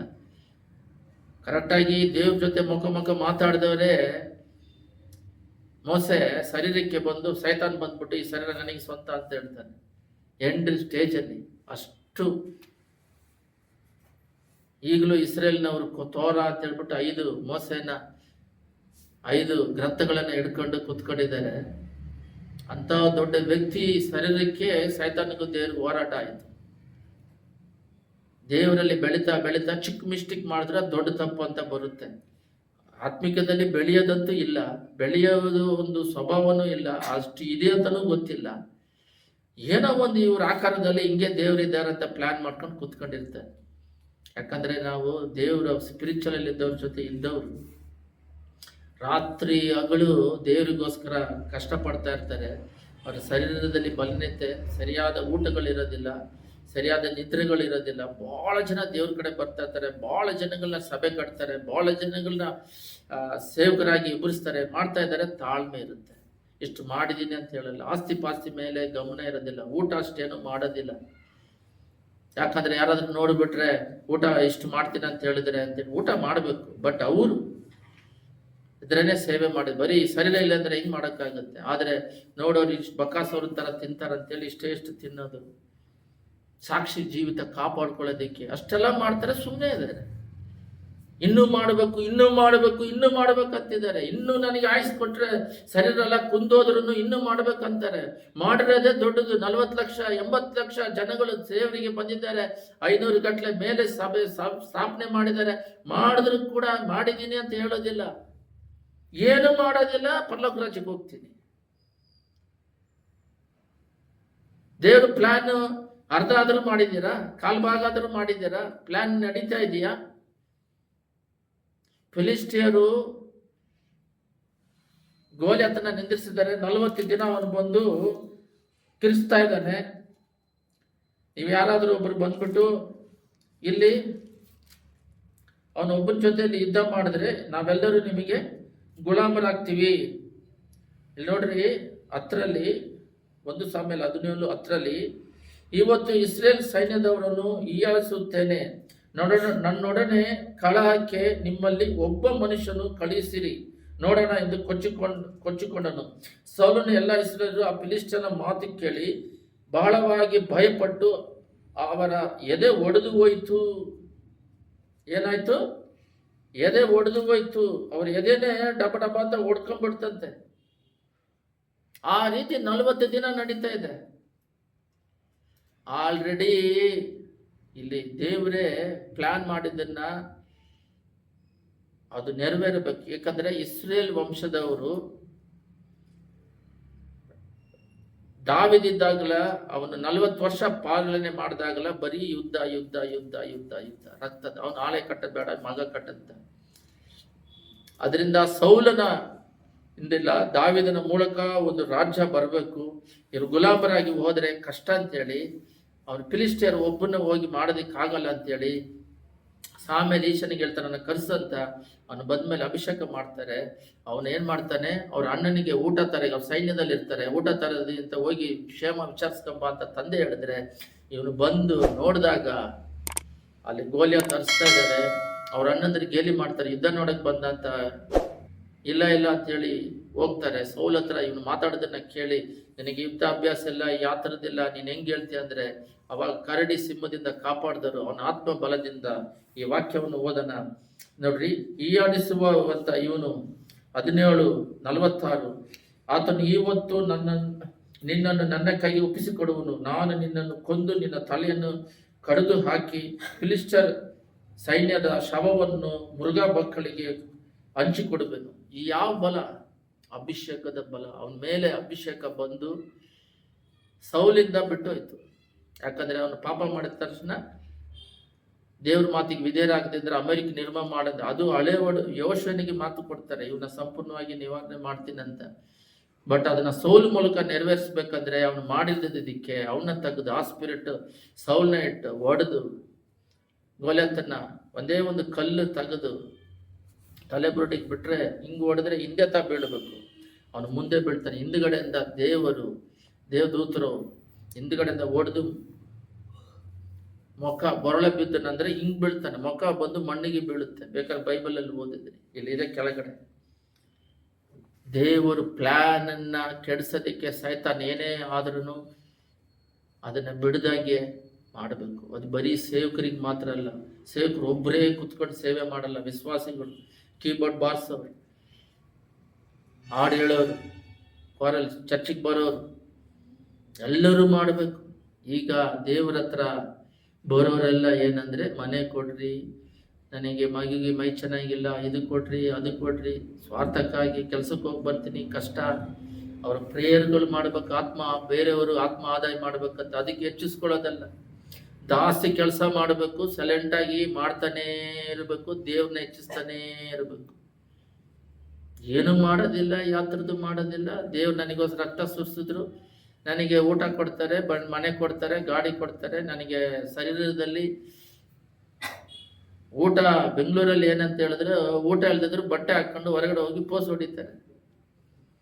ಬೆಂಗಳೂರಲ್ಲಿ ಚೆನ್ನಾಗಿ ಬಟ್ಟೆ ಹಾಕ್ತಾರೆ, ನಾನು ನೋಡಿದ್ದೀನಿ. ನಾನು ಸಿಂಪಲ್ ಬಟ್ಟೆ ಹಾಕಿದ್ರೆ ವ್ಯಾಲ್ಯೂ ಇಲ್ಲ ಅಂತ. ಆದ್ರೆ ದೇವರು ಪರಲೋಕದಿಂದ ಒಂದು ಪ್ಲಾನ್ ಇಟ್ಟಿದ್ದಾರೆ, ಅದನ್ನ ಕೆಡ್ಸಕ್ಕೆ ಯಾರಿಂದನೂ ಸಾಧ್ಯ ಇಲ್ಲ. ಸಾಲಗಳ ಸಮಸ್ಯೆಯಲ್ಲಿ ಇರ್ತಾರೆ, ಕುಟುಂಬದಲ್ಲಿ ಸಮಸ್ಯೆಗಳಿರ್ತವೆ, ಹೊರಗಡೆ ಮಾತ್ರ. ಇನ್ನೇ ಒಂದು ವಾಕ್ಯ ಕೇಳಿದೆ, ಪ್ರಪಂಚದಲ್ಲಿರುವ ಎಲ್ಲರೂ ಪ್ರತಿಯೊಬ್ಬರ ಹೃದಯದಲ್ಲಿ ಪಾಪದಿಂದ ವೇದನೆ ಇರುತ್ತಂತೆ. ಅದರಿಂದ ಹೊರಗಡೆ ಬರೋದಿಕ್ಕೆ ಒಂಥರ ಹೋರಾಟ ಇರುತ್ತಂತೆ, ಪಾಪ ಇರೋದ್ರಿಂದ. ಒಂದ್ಸಲ ಹೊಟ್ಟೆ ಹಸಿವಾಗುತ್ತೆ, ಊಟ ಮಾಡ್ತೀವಿ, ಊಟ ಮಾಡಿದ ಮೇಲೆ ಮತ್ತೆ ಹೊಟ್ಟೆ ಹಸಿವಾಗುತ್ತೆ. ಅದೇ ತರನೇ ಪ್ರತಿಯೊಬ್ಬ ಮನುಷ್ಯನು ಪಾಪ ಇರೋದ್ರಿಂದ ಅದನ್ನ ಬಿಡುಗಡೆ ಮಾಡ್ಬೇಕಂತೇಳಿ ಏನೇನೋ ಮಾಡ್ತಾನೆ, ಅದನ್ನ ಬಿಡುಗಡೆ ಮಾಡೋಕ್ಕಾಗೋದಿಲ್ಲ. ಹೊಟ್ಟೆ ಹಸಿವು ತರ ಮತ್ತೆ ಮತ್ತೆ ಮತ್ತೆ ಮತ್ತೆ ಅದು ಅವನ್ನ ಪೀಡಿಸ್ತಾನೆ ಇರುತ್ತೆ. ಆ ವೇದನೆ, ದುಃಖ, ಬೇಜಾರು ಪಾಪದಿಂದ. ಒಂದು ಸಲ ಅವನು ದೇವರ ಹತ್ರ ಬಂದು ನಾನು ಪಾಪಿ ಅಂತ ಒಪ್ಕೊಂಡಾಗ, ಯೇಸು ರಕ್ತದಿಂದ ತೊಳೆದಾಗ ಅವನಿಗೆ ಹೃದಯ ತ್ರಾಳದಲ್ಲಿ ಒಂದು ಪರಲೋಕದ ಒಂದು ಸಂತೋಷ. ಅದು ಅನುಭವಿಸೋರಿಗೆ ಮಾತ್ರ ಗೊತ್ತು. ಔಟ್ಸೈಡ್ನವರಿಗೆ ಅದು ಹೆಂಗೆ ಯೇಸು ರಕ್ತ ತೊಳಿತಂದ್ರೆ, ತೊಳೆದವರ ಜೀವನ ನೋಡು, ಅವರ ಸಾಕ್ಷಿ ಜೀವಿತ ನೋಡು, ಅವ್ರ ಬದುಕು ನೋಡು. ಎಷ್ಟೋ ಜನ ಕೊಲೆ ಮಾಡಿದವರು, ಎಷ್ಟೋ ಜನ ದೇವ್ರು ನಂಬ್ಕೊಂಡು, ಮಂತ್ರವಾದಿಯಾಗಿದ್ದವರು ದೇವ್ರು ನಂಬ್ಕೊಂಡವರು, ಪಾಪದಲ್ಲಿದ್ದವರು, ಕುಡುಕರಾಗಿದ್ದವರು, ಅವರ ಹೃದಯಾಂತರ ಅವ್ರನ್ನ ಎತ್ತಿ ಉಪಯೋಗಿಸುವಂಥದ್ದು. HIV ಇಂದ ಬಿಡುಗಡೆ ಆಗಿ ಅವ್ರನ್ನ ದೇವರ ಕೃಪೆ, ಅವ್ರ ಮೂಲಕ ಬೇರೆಯವರಿಗೆ ದೆಬ್ಬಗಳು ನೋಡೋದು, ವ್ಯಾಧಿಗಳಿಂದ ಬಿಡುಗಡೆ ಮಾಡೋದು, ಅವ್ರ ಕುಟುಂಬದಲ್ಲಿ ಇದ್ದ ಸಮಾಧಾನಗಳು, ಇದು ಅನುಭವಿಸ್ತಿರೋರ್ನ ನೋಡ್ಬೇಕು. ಇದು ಸ್ಪಿರಿಚುವಲ್. ಇದು ಒಂದು ಸೈನ್ಸ್ ಅಲ್ಲಿ ನೋಡಕ್ಕಾಗಲ್ಲಂತೆ. ಪಾಪ ಅಂದ್ರೆ ಸೈನ್ಸ್ ಅಲ್ಲಿ ಹೊಡೆದ್ರೆ ಅದು ಏನು ಗೊತ್ತಿಲ್ಲಂತೆ, ಅದನ್ನ ಡೆಫಿನೇಷನ್ ಇಲ್ಲ, ಕಂಡುಹಿಡಿಯೋಕೆ ಆಗಲ್ಲ. ಆ ಪಾಪದಿಂದ ಬಿಡುಗಡೆ ಮಾಡೋದಕ್ಕೆ ಯೇಸು ರಕ್ತ ಸುರಿಸಿ ಅದಕ್ಕೆ ಬಹಳ ತ್ಯಾಗ ಮಾಡೋದು. ಅದನ್ನ ಧ್ಯಾನ ಮಾಡಕ್ಕಂತೂ ನಮ್ಮ ಕೈಗೆ ಆಗಲ್ಲ. ಇಲ್ಲಿ ಕುತ್ಕೊಂಡು 10 ವರ್ಷ ಮಾಡಿದ್ರು ಆಗಲ್ಲ, ಈ ಜನ್ಮ ಆಗಲ್ಲ. ಅಷ್ಟು ಪರಲೋಕದ ದೇವರು ಒಂದು ತಾಯಿ ಹೊಟ್ಟೆಯಲ್ಲಿ ಬಂದು ಚಿಕ್ಕದಾಗಿ 9 ತಿಂಗಳು ಇದ್ದು ಬಂದು ಒಂದು ಸೃಷ್ಟಿಕರ್ತನು ಸಿಲುಬೆಯಲ್ಲಿ ಮರಣ ಹೊಂದಿ ನಮಗೆ ಪಾಪಕ್ಕೆ ಬಿಡುಗಡೆ ಮಾಡಿ ಪರಲೋಕ ರಾಜ್ಯಕ್ಕೆ ಸೇರಿಸಬೇಕು ಅಂದ್ರೆ ಅವ್ರ ಪ್ರೀತಿಯನ್ನು ಅರ್ಥ ಮಾಡ್ಕೊಳಕ್ಕಾಗಲ್ಲ. ಅಷ್ಟು ದೊಡ್ಡ ದೇವರು ನಮ್ಮ ಮೇಲೆ ಒಂದು ಪ್ಲಾನ್ ಇಟ್ಟಿದ್ದಾರೆ. ಕಡೆ ವಾಕ್ಯ ಓದ್ರಿ, ನಾವು ಪ್ರಾರ್ಥನೆ ಮಾಡೋಣ. ಆದಿಕಾಂಡ 28:23 ನನಗೆ ಬಹಳ 15 ಆದಿಕಾಂಡ 28:15 ನನಗೆ ಬಹಳ ಇಷ್ಟವಾದ ಒಂದು ವಾಕ್ಯ. ಏಸಾಯ ಯಾಕೋಬ ಕಥೆ ನಿಮಗೆ ಗೊತ್ತು.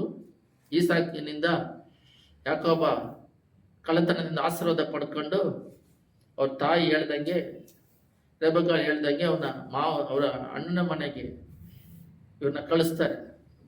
ಅವಾಗ ಇವನು ಓಡಾಗ್ತಿರ್ಬೇಕಾರೆ ಅವರು ದಾರಿಯಲ್ಲಿ ಹೋಗ್ತಿರ್ಬೇಕಾರೆ ಇನ್ನೂ ಹೋಗಿ ಸೇರಿರೋದಿಲ್ಲ. ಅಲ್ಲಿ ಕಲ್ಲಿನ ಮೇಲೆ ಮಣ್ಕೊಂಡಾಗ ಯೇಸು ಸ್ವಾಮಿ ಅವನಿಗೆ ದರ್ಶನ ಕೊಟ್ಟು ಅಲ್ಲಿ ಮೇಲಿದೆ ದೇವದೂತರು ಹತ್ತುತ್ತಾ ಇಳಿತಿರೋದನ್ನೆಲ್ಲ ನೋಡಿಸಿ, ಅದು 12ರಲ್ಲಿದೆ, ನಾವು 15 ಓದೋಣ. ನಾನು ನಿನ್ನ ಸಂಗಡ ಇದ್ದು ನೀನು ಹೋಗುವ ಎಲ್ಲ ಸ್ಥಳಗಳಲ್ಲಿ ನಿನ್ನ ಕಾಪಾಡಿ ತಿರುಗಿ ದೇಶಕ್ಕೆ ಬರಮಾಡುತ್ತೇನೆ. ನಾನು ನಿನಗೆ ಹೇಳಿದ್ದನ್ನೆಲ್ಲ ನೆರವೇರಿಸಿದ ಹೊರತು ಬಿಡುವುದಿಲ್ಲ ಅಂದನು. ಅಂದರೆ ಪ್ರತಿಯೊಬ್ಬರ ಮನುಷ್ಯನ ಮೇಲೆ ದೇವರ ಪ್ಲಾನ್ ಇರುತ್ತೆ. ಆ ಪ್ಲಾನ್ ಬಂದು ನೆರವೇರಿಸದೆ ಹೋದಿದ್ರೆ ದೇವ್ರು ಹೇಳ್ತಾರೆ ಯಾಕೋಬನಿಗೆ, ನೀನು ಇವಾಗ ಅಲ್ಲಿ ಓಡು, ತಂದೆ ತಾಯಿ ಅಣ್ಣನ ಆಶೀರ್ವಾದನ ಬಿಟ್ಟು ಓಡಿ ಬಂದಿದೀಯಾ, ನಿನ್ನ ಮೇಲೆ ಒಂದು ದೊಡ್ಡ ಪ್ಲಾನ್ ಅನ್ನು ಇಟ್ಟಿದ್ದೀನಿ, ಅದನ್ನ ನೆರವೇರಿಸಿದವರು ಬಿಡುವುದಿಲ್ಲ ಯೇಸು ಸ್ವಾಮಿ ಹೇಳಿದ್ದಾರೆ. ನಮ್ಮ ಮೇಲಿಟ್ಟಿರುವ ಪ್ಲಾನ್. ಎಲ್ಲರೂ ಪ್ರಾರ್ಥನೆ ಮಾಡೋಣ. ಯೇಸುವಿನ ನಾಮದಲ್ಲಿ ತಂದೆ ಸ್ತುತಿ ಮಧ್ಯದಲ್ಲಿ ನಿವಾಸ ಮಾಡುವ ಪರಲೋಕ ತಂದೆಯೇ, ಯೇಸುವಿನ ರಕ್ತದಲ್ಲಿ ಯೇಸುವಿನ ರಕ್ತದಲ್ಲಿ ಯೇಸುವಿನ ರಕ್ತದಲ್ಲಿ ಯೇಸುವಿನ ರಕ್ತದಲ್ಲಿ ದೇವರ ಪ್ಲಾನ್ ನಮ್ಮ ಮೇಲೆ ಇಟ್ಟಿದ್ದನ್ನು ನೆರವೇರಿಸಲು ಕೃಪೆ ಮಾಡ್ರಿ. ಯೇಸುವಿನ ನಾಮದಲ್ಲಿ ತಂದೆ, ಒಬ್ಬೊಬ್ಬರು ಕೂಡಿ ಬಂದರೆ ಪ್ರತಿಯೊಬ್ಬರ ಮೇಲೆ ನಿನ್ನ ಪ್ಲಾನ್ ಎಕ್ಸಿಕ್ಯೂಟ್ ಆಗಲಿ. ಒಬ್ಬರನ್ನು ಬಿಡದ ಹಾಗೆ ಎಲ್ಲರ ಮೇಲೆ ನಿನ್ನ ಪ್ಲಾನ್ ಎಕ್ಸಿಕ್ಯೂಟ್ ಆಗಲಿ. ಯೇಸುವೇ ಸ್ತೋತ್ರ. ನೀವು ಒಂದು ಪ್ಲಾನ್ ಇಟ್ಟಿದ್ದೀರ, ಆದರೆ ನಾವು ಹುಟ್ಟಕ್ಕಿನ ಮುಂಚೆನೆ ನಮ್ಮ ಮೇಲೆ ಪ್ಲಾನ್ ಇದೆ. ಗರ್ಭದಲ್ಲಿ ಹುಟ್ಟಕ್ಕಿನ ಮುಂಚೆನೆ ಒಬ್ಬರು ವೇಸ್ಟ್ ಅಲ್ಲ, ಎಲ್ಲರೂ ಪ್ರಯೋಜನಕರವಾದದ್ದೇ. ಏನೋ ಒಂದು ಅವ್ರ ಮೂಲಕ ಮಾಡಲು ಈ ಲೋಕದಲ್ಲಿ ಇಟ್ಟಿದ್ದೀರ. ಅದನ್ನ ಬಿಟ್ಟು ನಾವೇ ಸ್ವಾರ್ಥವಾಗಿ ಇದು ಮಾಡ್ರಿ ಅದು ಮಾಡ್ರಿ ಅಂತ ಸ್ವಾರ್ಥಕ್ಕಾಗಿ, ಅಂದ್ರೆ ಲೋಕದ ಅವಶ್ಯಕತೆ ಬೇಡ ಅಂತಲ್ಲ, ಮನೆಗಳು ಅದಕ್ಕೆ ಬೇಕಾಗಿರುವ ವಾಸಸ್ಥಳಕ್ಕೆ ಬೇಕಾಗಿರುವ ಮನೆಗಳಾಗಲಿ, ಅದಕ್ಕೆ ಬೇಕಾಗಿರುವ ಯೇಸುವೇ ಸ್ತೋತ್ರ ಸ್ತೋತ್ರ ಸ್ತೋತ್ರ ಸ್ತೋತ್ರ ಸ್ತೋತ್ರ. ವಾಹನವಾಗಲಿ, ಕೆಲಸಗಾಗಲಿ, ಉದ್ಯೋಗವಾಗಲಿ ಕೊಡದೇ ಇರುವ ದೇವರಲ್ಲ, ಅದೆಲ್ಲ ಆಲ್ರೆಡಿ ಪ್ಲಾನ್ ಮಾಡಿ ಇಟ್ಟಿದ್ದೀರಾ. ಆದರೆ ನಿನ್ನ ಪ್ಲಾನ್ ಮಾಡೋದಕ್ಕೆ ಇಟ್ಟಿದ್ದೀರಾ, ಅದು ಎಕ್ಸಿಕ್ಯೂಟ್ ಆಗ್ತಲ್ಲ, ಪ್ಲಾನ್ ನಡೀತಲ್ಲ, ನಾವು ದೇವರನ್ನು ತೋರಿಸ್ತಲ್ಲ. ಬಹಳ ಜನ ನರಕಕ್ಕೆ ಹೋಗ್ತಾ ಇದ್ದಾರೆ. ನಮ್ಮ ಮೇಲೆ ಇಟ್ಟಿರೋ ಪ್ಲಾನ್ ಅನ್ನು ಮಾಡೋದು ಬಿಟ್ಟು ನಾವೇ ಒಂದು ಪ್ಲಾನ್ ಇಟ್ಕೊಂಡು ಅದಕ್ಕೆ ಸಹಾಯ ಮಾಡುತ್ತಾ ಬೆಡ್ತಾ ಇದ್ದೀವಿ. ಮದುವೆ ವಿಷಯದಲ್ಲಾಗಲಿ, ಎಜುಕೇಶನ್ ವಿಷಯದಲ್ಲಾಗಲಿ, ಜೀವನಕ್ಕಾಗಲಿ, ಅದುವೇ ನಿನಗೆ ಇಷ್ಟದ ಕಾರ್ಯಗಳನ್ನ ಮಾಡಿಕೊಂಡು ನಿಮಗೆ ದುಃಖ ಪಡಿಸ್ತಾ ಇದ್ದೀವಿ. ಯಾಕೋಬನ ಮೂಲಕ ಒಂದು ದೊಡ್ಡ ಪ್ಲಾನ್ ಇಟ್ಟಿದ್ದೀರಾ. ಯೇಸುವೆ ಪ್ಲಾನ್ ಎಕ್ಸಿಕ್ಯೂಟ್ ಆಯ್ತು. ದಾವೀದನ ಮೂಲಕ, ಮೋಸೆ ಮೂಲಕ ಯೇಸುವೆ ಮೋಸನ ಸಾಯಿಸೋದಕ್ಕೆ ಪ್ರಯತ್ನ ಪಟ್ಟರು. ಯೇಸುವೆ ಅದರ ಪ್ಲಾನ್ ಅನ್ನು ಕಾಪಾಡಿ ನೀವು ಅವರು ಎಕ್ಸಿಕ್ಯೂಟ್ ಆಯ್ತು. ಯೋಶುವ ಮೂಲಕ ಪ್ರತಿಯೊಬ್ಬರು ತಂದೆ ಯೇಸುವೆ ಅಪೊಸ್ತಲರ ಕಾರ್ಯಗಳಲ್ಲಿ ಯೇಸುವೆ ಹಲ್ಲೆಲೂಯಾ. ಯೇಸುವೆ ನೀನು ಬಂದು ಪ್ಲಾನ್ ಮಾಡಬೇಕಾದ್ರೆ ಸೈತಾನನ್ನ ಸಾಯಿಸೋದಕ್ಕೆ ಟ್ರೈ ಮಾಡಿದ್ರೆ ಯೇಸುವೆ ಅಪ್ಪ, ಯೇಸುವೆ ಅದರಿಂದ ತಪ್ಪಿಸಿಕೊಂಡು ಯೇಸುವೆ ನೀನು 3.5 ವರ್ಷದಲ್ಲಿ ಅಪ್ಪ ಹಳೆ 4,000 ವರ್ಷಗಳ ಪಾಪವನ್ನು ಮತ್ತೆ ಮೇಲ್ಪಾತಾಳದಿದ್ದವ್ರನ್ನ ಪ್ಯಾರಡೈಸಿಗೆ ಕರ್ಕೊಂಡು ಹೋಗೋದು, ಈ 2,000 ವರ್ಷದಲ್ಲಿ ನಮ್ಮನ್ನ ಪ್ಯಾರಡೈಸಿಗೆ ಸೇರಿಸೋದು, ನ್ಯಾಯ ತೀರ್ಪಿನಿಂದ ಪರಲೋಕ ರಾಜ್ಯ ಕೊಡೋದು. ಯೇಸುವೆ ನಿನ್ನ ಮೂಲಕ ನಡೀತು. ಪಾಪಗಳು ಕ್ಷಮಾಪಣೆ ಆಗದೆ ಇದ್ದಾಗ ಅದರಿಂದ ಬಿಡುಗಡೆ ಆಗಿ ಯೇಸುವೆ ಆದಾಮಿಂದ ಬಂದ ಪಾಪದಿಂದ ನಿನ್ನ ರಕ್ತ ಸುರಿಸಿ ನಮ್ಮನ್ನ ಬಿಡುಗಡೆ ಮಾಡಿದ್ದೀರಾ. ಇಷ್ಟು ದೊಡ್ಡ ಪ್ಲಾನ್ ಅನ್ನು ತಂದೆ ನೀವು 33 ವರ್ಷದಲ್ಲಿ ಮುಗಿಸಿದಿರಿ. ಅದಕ್ಕೆ ವಿರೋಧವಾಗಿ ಸೈತಾನ್ ಎಷ್ಟೇ ತಡೆ ಮಾಡಿದ್ರು ಜಯ ಹೊಂದಿದ್ರಿ. ಆ ರೀತಿ ನಾವು ಜಯ ಹೊಂದಲು ಕೃಪೆ ಮಾಡಬೇಕಾಗಿ ಬೇಡಿಕೊಳ್ಳುತ್ತಿದ್ದೇನೆ. ಆಶೀರ್ವದಿಸ್ರಿ, ಮಹಿಮೆ ಹೊಂದಿರಿ, ಘನ ಹೊಂದಿರಿ. ಯೇಸುವಿನ ನಾಮದಲ್ಲಿ ಬೇಡದಿದ್ದೇವೆ ತಂದೆಯೇ, ಆಮೆನ್.